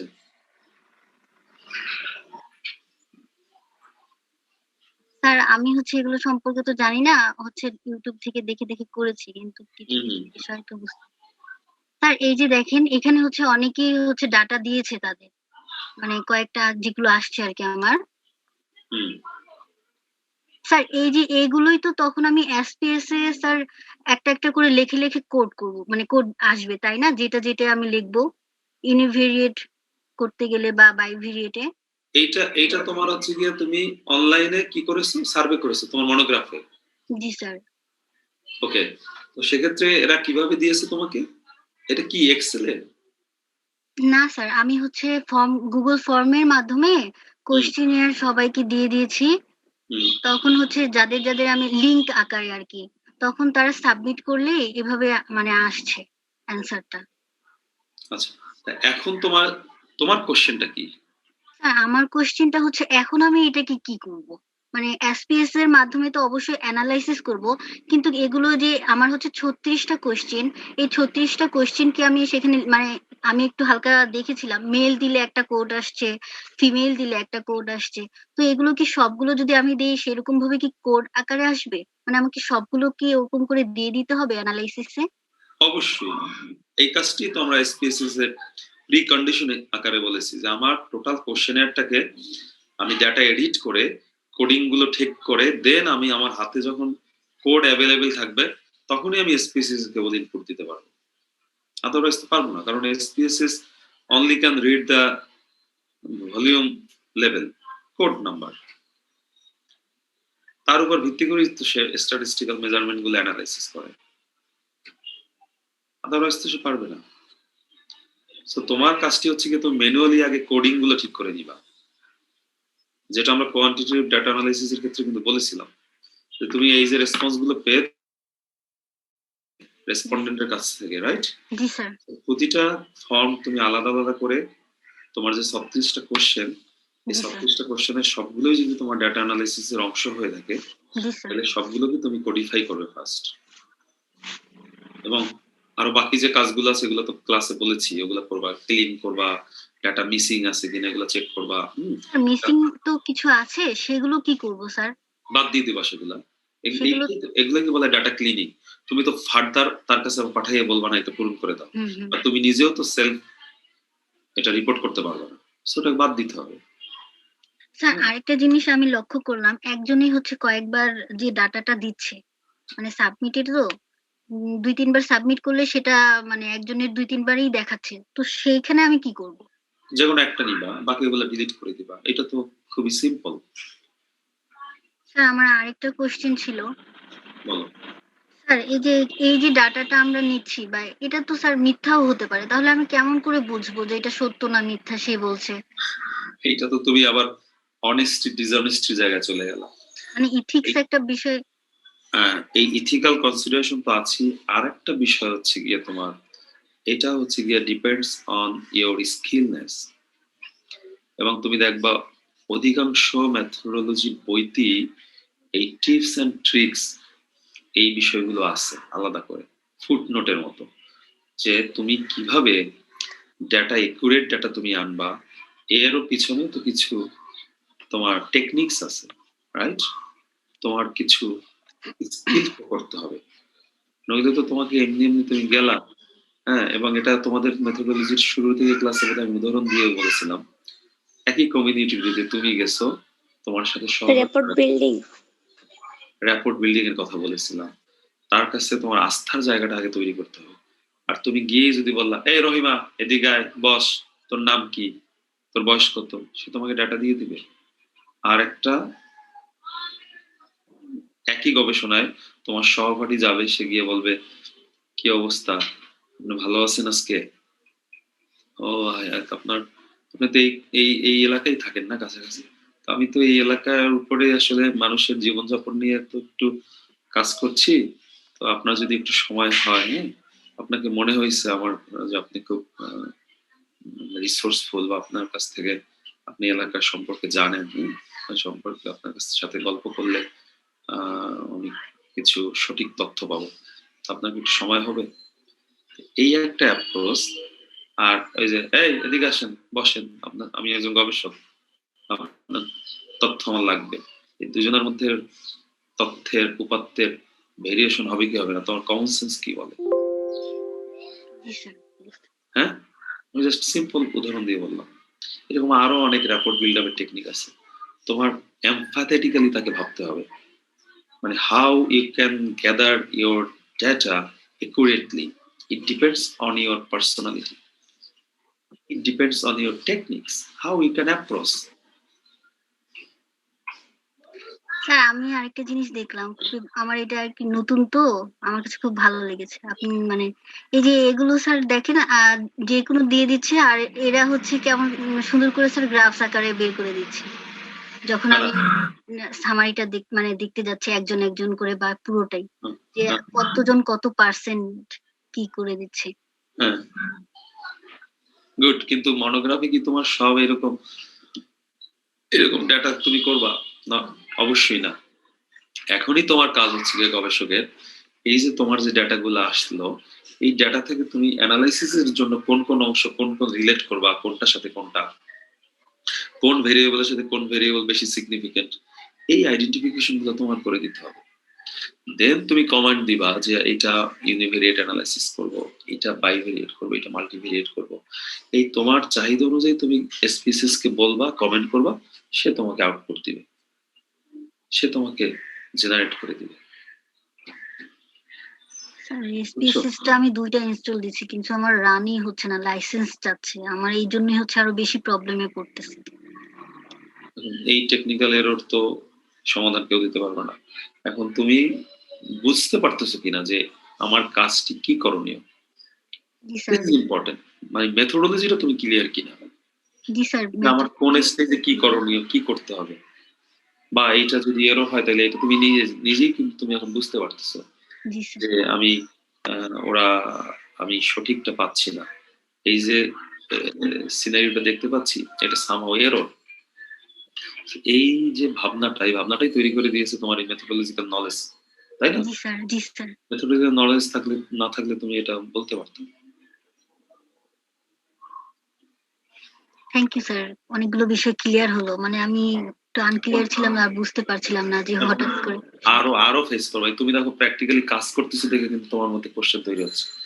স্যার জি স্যার, এসপিএস এ যখন করব আপনি বুঝিয়েছেন, কিন্তু আমার মনে হয় আমি আবার আপনার কাছেই আমার যেতে হবে এসপিএস এ যখন আমি ডাটা আবার করতে যাব। আসো, অসুবিধা নেই। প্র্যাকটিক্যালি কোশ্চেন করতে করো গেলে। আবার। তুমি তো অনেক এই যে ডেভেলপ করে ফেললা। আমার মনোগ্রাফ স্টুডেন্টরা তো ওরা তো আছে এখন নিশ্চয়ই ক্লাসে। ওরা তো এখন পর্যন্ত আমাকে মানে লিটারেচার রিভিউ এর আর্টিকেলই দিতে পারেনি। তো সেদিক থেকে তো তুমি তো অনেক অ্যাডভান্স, অ্যাপ্রিশিয়েট। এখন এখানে কথা থাকতে পারে, এই যে আমার মনোগ্রাফ স্টুডেন্ট তোমাদের উদ্দেশ্যে বলতেছি, যদি এই ক্লাসের পরে তোমাদের সাথে আমি বসবো 5 মিনিট, তোমরা প্রত্যাশা করতে পারো যে স্যার এই ইরশাদ জাহানের স্যার তো টাইটেল সবকিছু সে ঠিক করে দিছে। আমি একেবারে ওপেনলি বলছি, এটা রেকর্ডেড হোক, আমি সেটা চাই। এই কাজটি কোনো শিক্ষকের কাজ না। এই গবেষণাটি একান্তই তোমার নিজস্ব গবেষণা। এখানে শিক্ষক অ্যাসাইন্ড হয়েছে তোমাকে সাহায্য করার জন্য। জি স্যার, ম্যাম আমাকে বলে দিয়েছে তুমি এভাবে এভাবে করো, পয়েন্ট আকারে বলে দিয়েছে, বুঝিয়ে দিয়েছে, কিন্তু সেটা তো আমাকে নিজেকে করতে হবে। এক্স্যাক্টলি রাইট, বাট তোমাদের মধ্যে অনেকের মিস ইন্টারপ্রিটেশন আছে, আই নো দ্যাট, এবং আমি এটা মিটিংয়েও তুলেছি। অনেকের মিস ইন্টারপ্রিটেশন আছে এটা স্যাররা করে দিবে, বোধহয় স্যার ম্যাডামরা করে দিবে। কেন? এটা স্যার ম্যাডামদের কাজ না।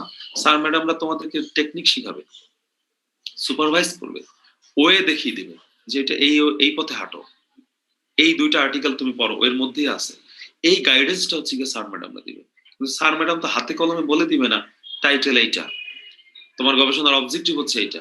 তাই তো স্যার ম্যাডামরাই মার্কিং হোক, তারাই A+ পাক, তোমাদের A+ পাওয়ার দরকার নেই। জি স্যার, আমি তো অনেকগুলো আর্টিকেল। আমি কিন্তু এইসব বিষয়ে খুব স্ট্রিক্ট, আমি খুবই মানে তোমাদের কাছে রুড মনে হতে পারে, বাট আমি অনেস্টলি স্পিকিং আমি এইসব ব্যাপারে কম্প্রোমাইজ করি না। সো কেউ যদি এটা উদাহরণও দিয়ে থাকো, হ্যাঁ, যে এটা তো স্যার অমুক স্যার তো এটা করেছে, অমুক ম্যাডাম তো আমার কোনো কষ্টই লাগেনি, এটা খুব গর্বের বিষয় না। তুমি কষ্ট করার জন্যই তো এই কোর্সটা শিখতেছো, তাহলে মনোগ্রাফ তোমাদের বাদ দিয়ে দেই ডিপার্টমেন্ট থেকে। এবং আমি চাই এটা তুমি সবার সাথে শেয়ার করো। আমি এই জন্য ওপেনলি বলতেছি এটা সবার সাথে শেয়ার করো। এবং আমি এটা মিটিংয়েও বলেছি যে এটা কখনোই স্যার ম্যাডামের কাজ না। স্যার ম্যাডামের কাজ হচ্ছে কি তত্ত্বাবধান করা, সুপারভাইজারি রোল প্লে করবে, গাইড করবে তোমাকে। কিন্তু তুমি যদি তোমার গবেষণা না আগাও, সে কখনোই করে দিবে না। এই যে আমি আমার মনোগ্রাফ স্টুডেন্টকে আমি কখনোই তাগিদ দিচ্ছি না যে তুমি কেন এটা করতেছো না। তাগিদ আমাকে দিবে তারা, যে স্যার আমি এটা করছি, আপনি এটা তাড়াতাড়ি দেখে দেন, আপনি তাড়াতাড়ি স্যার আমি এটার পর কিন্তু ডাটা কালেকশনে যাব, কোশ্চেনারটা স্যার ফাইনাল করে দেন। আমরা এইভাবে শিক্ষকদের কাছ থেকে কাজ শিখছি। জি স্যার, আমিও সেম করতেছি, বারবার ডিস্টার্ব করে করে। এটা ডিস্টার্ব না, এই ডিস্টার্বটা শিক্ষকরা খুশি হয় আমি মনে করি। কিন্তু তোমরা ডিস্টার্ব করবা হচ্ছে কি ডিস্টার্ব জানো? স্যার আপনি কি খাইছেন আজকে, স্যার আপনার তো এই আপনার স্যার ড্রেসটা খুব ভালো। এই ডিস্টার্বের দরকার নাই তো। এগুলো সব বুঝি, বুঝছো? এগুলো মানে তোমরা, আমি আমি আসলে খুব ফ্র্যাঙ্কলি বলি, এই জন্য তোমাদের হয়তো খারাপ লাগতে পারে, বাট এই কাজটি করো না বাবা, এই কাজটি দরকার নাই। শিক্ষকরা খুশি হয় কিন্তু তোমার পড়াশোনার আলোচনায়। তার মানে পার্সোনাল কথাবার্তা বলবো না, বলবো, অবশ্যই বলবা, সেটা ডিফারেন্ট থিং। বাট তোমরা ওইটাকে প্রাধান্য মানে পড়াশোনাটা বাদ দিয়ে অন্য জিনিস নিয়ে বেশি ফোকাস করো, ঠিক না? এবং শেষ পর্যায়ে গিয়ে কি করে জানো? এটা বললাম তো, দীর্ঘ এই আমার প্রায় 12 বছরের শিক্ষকতার মানে অভিজ্ঞতার ফসল বলতে পারো, এই সেম কাজটি করে। এবং তাড়াহুড়ো করে শেষে কি করে জানো? স্যার সরি আমি তো পারিনি স্যার, এখন আমার এই ঝামেলা সেই ঝামেলা ছিল, আপনি একটু সাইন করে দেন স্যার। মানে একটা রেডিমেড জিনিস নিয়ে এসে বলে সাইন করেন। এবং শিক্ষকরা তখন কি করে, ওই অতি মানবিক, আচ্ছা ঠিক আছে পার করে দিলাম। আর যদি একটু কঠোর হয় তাহলে ওরে বাবা ওই শিক্ষক তো খুব খারাপ স্যার, এই স্যারের কাছে যাওয়া যায় না, স্যার কি মানে কি রাব ব্যবহার করে। কিন্তু রাব ব্যবহার কখন করে? সবার সাথে তো করে না। তোমাদের যে সহপাঠী এই পড়াশোনায় সিরিয়াস থাকে তার সাথে তুমি একটা নজির দেখাও তো, যে একটা সিরিয়াস স্টুডেন্টের সাথে স্যার খারাপ ব্যবহার করছে। যদি সেটা করে থাকে সেটা অবশ্যই সেটা শিক্ষকের দায়, এটা ঠিক না। কিন্তু যে কাজ করবে না, ফাঁকি দিবে, মিসগাইড করবে শিক্ষকদের, তার সম্পর্কে তার সাথেও স্যার হেসে হেসে কথা বলবে, এই আশা করাটা কিন্তু ঠিক না। তাহলে তোমার পার্সোনালিটি নাই। সরি, আমি তোমাদের আসসালামু আলাইকুম স্যার। ইসলাম কি তোমাকে তলব করা হয়েছে, এই জন্য তুমি আবার ফিরে আসছো? স্যার আমি তো ক্লাসে ছিলাম, নেট শেষ হয়ে গেছিল তো, পরে আবার এই যে ফোন দিয়ে আমাকে বললো যে আপনি নাকি ডাকতে আসলাম। ওই সেটাই বললাম, তোমার সহপাঠীরা তোমাকে অফলাইনে নক করেছে যে স্যার কিন্তু তোরে ডাকতেছে, তুই যদি এখন না আসো খবর আছে কিন্তু। ভয়ভীতি প্রদর্শন করে তোমাকে বাধ্য করেছে। না স্যার বাধ্য না, আমি মানে নিচে গেছিলাম নেট কিনতে, লোড দিতে আসলাম। আচ্ছা অসুবিধা নেই। শোনো, আমি তোমাদেরকে ডাকছিলাম কেন, ইরশাদের প্রবলেমটা ফাঁকে আমি জানতে চাইছিলাম যে তোমাদের ক্লাস সংক্রান্ত বিষয়। আমি কিন্তু তোমাদের বারবার বলেছি যে আমরা এই সপ্তাহের 3টি ক্লাস তো আমাদের স্কেজুয়াল করা, তো 2টো ক্লাস নিলেই সময়টা এমন হবে যে 3টা ক্লাসকে কভার করবে, রাইট? জি স্যার। এবং তা সেটা করে কোনো সব ক্লাসই যে 2 ঘন্টার বেশি হয়েছে তা কিন্তু না, 1 ঘন্টার মতো ক্লাসও কিন্তু আমরা নিয়েছি, তাই না? যেমন আজকের ক্লাসটি 2 ঘন্টা হচ্ছে, বা কোনো ক্লাস তো 1 ঘন্টায় আমরা শেষ করেছি। তো তোমাদের এমন যদি কোনো অবজারভেশন থেকে থাকে যে না স্যার আমরা ক্লাস বাড়তি সময় ধরে নিলে আমরা বুঝতে পারছি না বা আমাদের বোরিং হয়ে যাচ্ছে, এরকম হলে অবজারভেশনটা আমার সাথে শেয়ার করবা। কারণ আমাদের তো নিয়ম হচ্ছে কি 1 ঘন্টা ক্লাস নেওয়া, তো সেখানে বাড়তি ক্লাস নিলে আমি কিন্তু তোমাদের কনসেন্টই নিয়েছিলাম। এবং কিছু কিছু ক্লাস ধরো কোশ্চেনারে যখন তোমরা প্রেজেন্ট করছিলাম, একটা প্রেজেন্টেশন দিলেই একটা ক্লাস শেষ হয়ে যাচ্ছিল। সো আমরা জানো একই সাথে অনেকগুলো নেওয়া যায়, এই জন্য কিন্তু ক্লাসটা দীর্ঘায়িত হয়েছিল, তাই না? সমস্যা নাই, এটা আমরা তারপর এটা বলো, কারণ এটা অ্যাডমিনিস্ট্রেটিভ ইস্যুস তো, এগুলো ক্লিয়ার থাকা ভালো। যদি প্রবলেম, আর এখন তো কোর্স শেষ হয়ে যাচ্ছে, আর সেই আঙ্গিকে কিন্তু আমার ক্লাস যদিও রেকর্ডিং এ শো করতেছে 15টা বা 16টা, কিন্তু ক্লাস কিন্তু সংখ্যার দিক থেকে আরো বেশি। 21টা হয়েছে, মানে সংখ্যা হিসাব করলে 21টা ডেট, রাইট? তো তুমি যদি আওয়ার হিসাব করো তাহলে সে ক্লাস আরো বেশি হওয়ার কথা। জি স্যার। নাকি? জি স্যার। ওকে,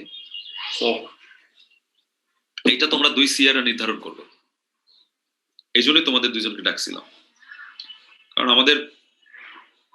তোমাদের কয়টা কার ক্লাস হচ্ছে না হচ্ছে এটা আমরা সেন্ট্রালি ডকুমেন্টেড, তো সো ইনফরমেশন গুলো যখন তোমাদের কাছ থেকে চাওয়া হবে তোমরা যেন এটা ইন্টারপ্রিট করে দাও। আর যদি এই বাড়তি সময় ক্লাস নেওয়াটা তোমাদের কাছে ঝামেলার মনে হয়, সেটাও তখন ফ্র্যাঙ্কলি বলবো না স্যার এটা আমাদের 1 ঘন্টার বেশি আমরা থাকতে পারবো না, সেটা বলে দিও আর কি। ওকে ঠিক আছে আরিফ, এই জন্যই তোমাদের সিআরদের খুঁজছিলাম। এখন বলো আর কি, কার কোনো জিজ্ঞাসা? ইশরাতের কোয়ারি তো মোটামুটি মিট হয়েছে, আর কারো কোনো এই ধরনের কোনো জটিলতা যদি না থাকে তাহলে ক্লাস শেষ করবো। স্যার আজকের মতো আমার শেষ হয়েছে, কিন্তু আমার মনে হচ্ছে আমার আরো প্রবলেম হবে, তখন আপনাকে অবশ্যই প্রবলেম তো হবেই, প্রবলেমটা তো কন্টিনিউয়াস প্রসেস, এটা তো হবেই। এবং স্যার আমার কাজটা অনেক ভালো লাগছে, সেই জন্য হয়তো আমি করতে আমার করতে অনেক ভালো লাগছে যে নতুন নতুন জিনিস নিজেই আসতেছে, গুড গুড, কিন্তু অনেক কিছু বুঝতে পারছি না। সেটাই, ভালো লাগাটা তৈরি না হলে ওই শুধুমাত্র নম্বরের দিকে তাকাইলে আমার কাছে স্যাটিসফ্যাকশন আসে না। তাহলে ও এসপিএসএস দিয়ে করেনি তো কোন সফটওয়্যার দিয়ে করছে? যে বললো গুগল ফর্ম,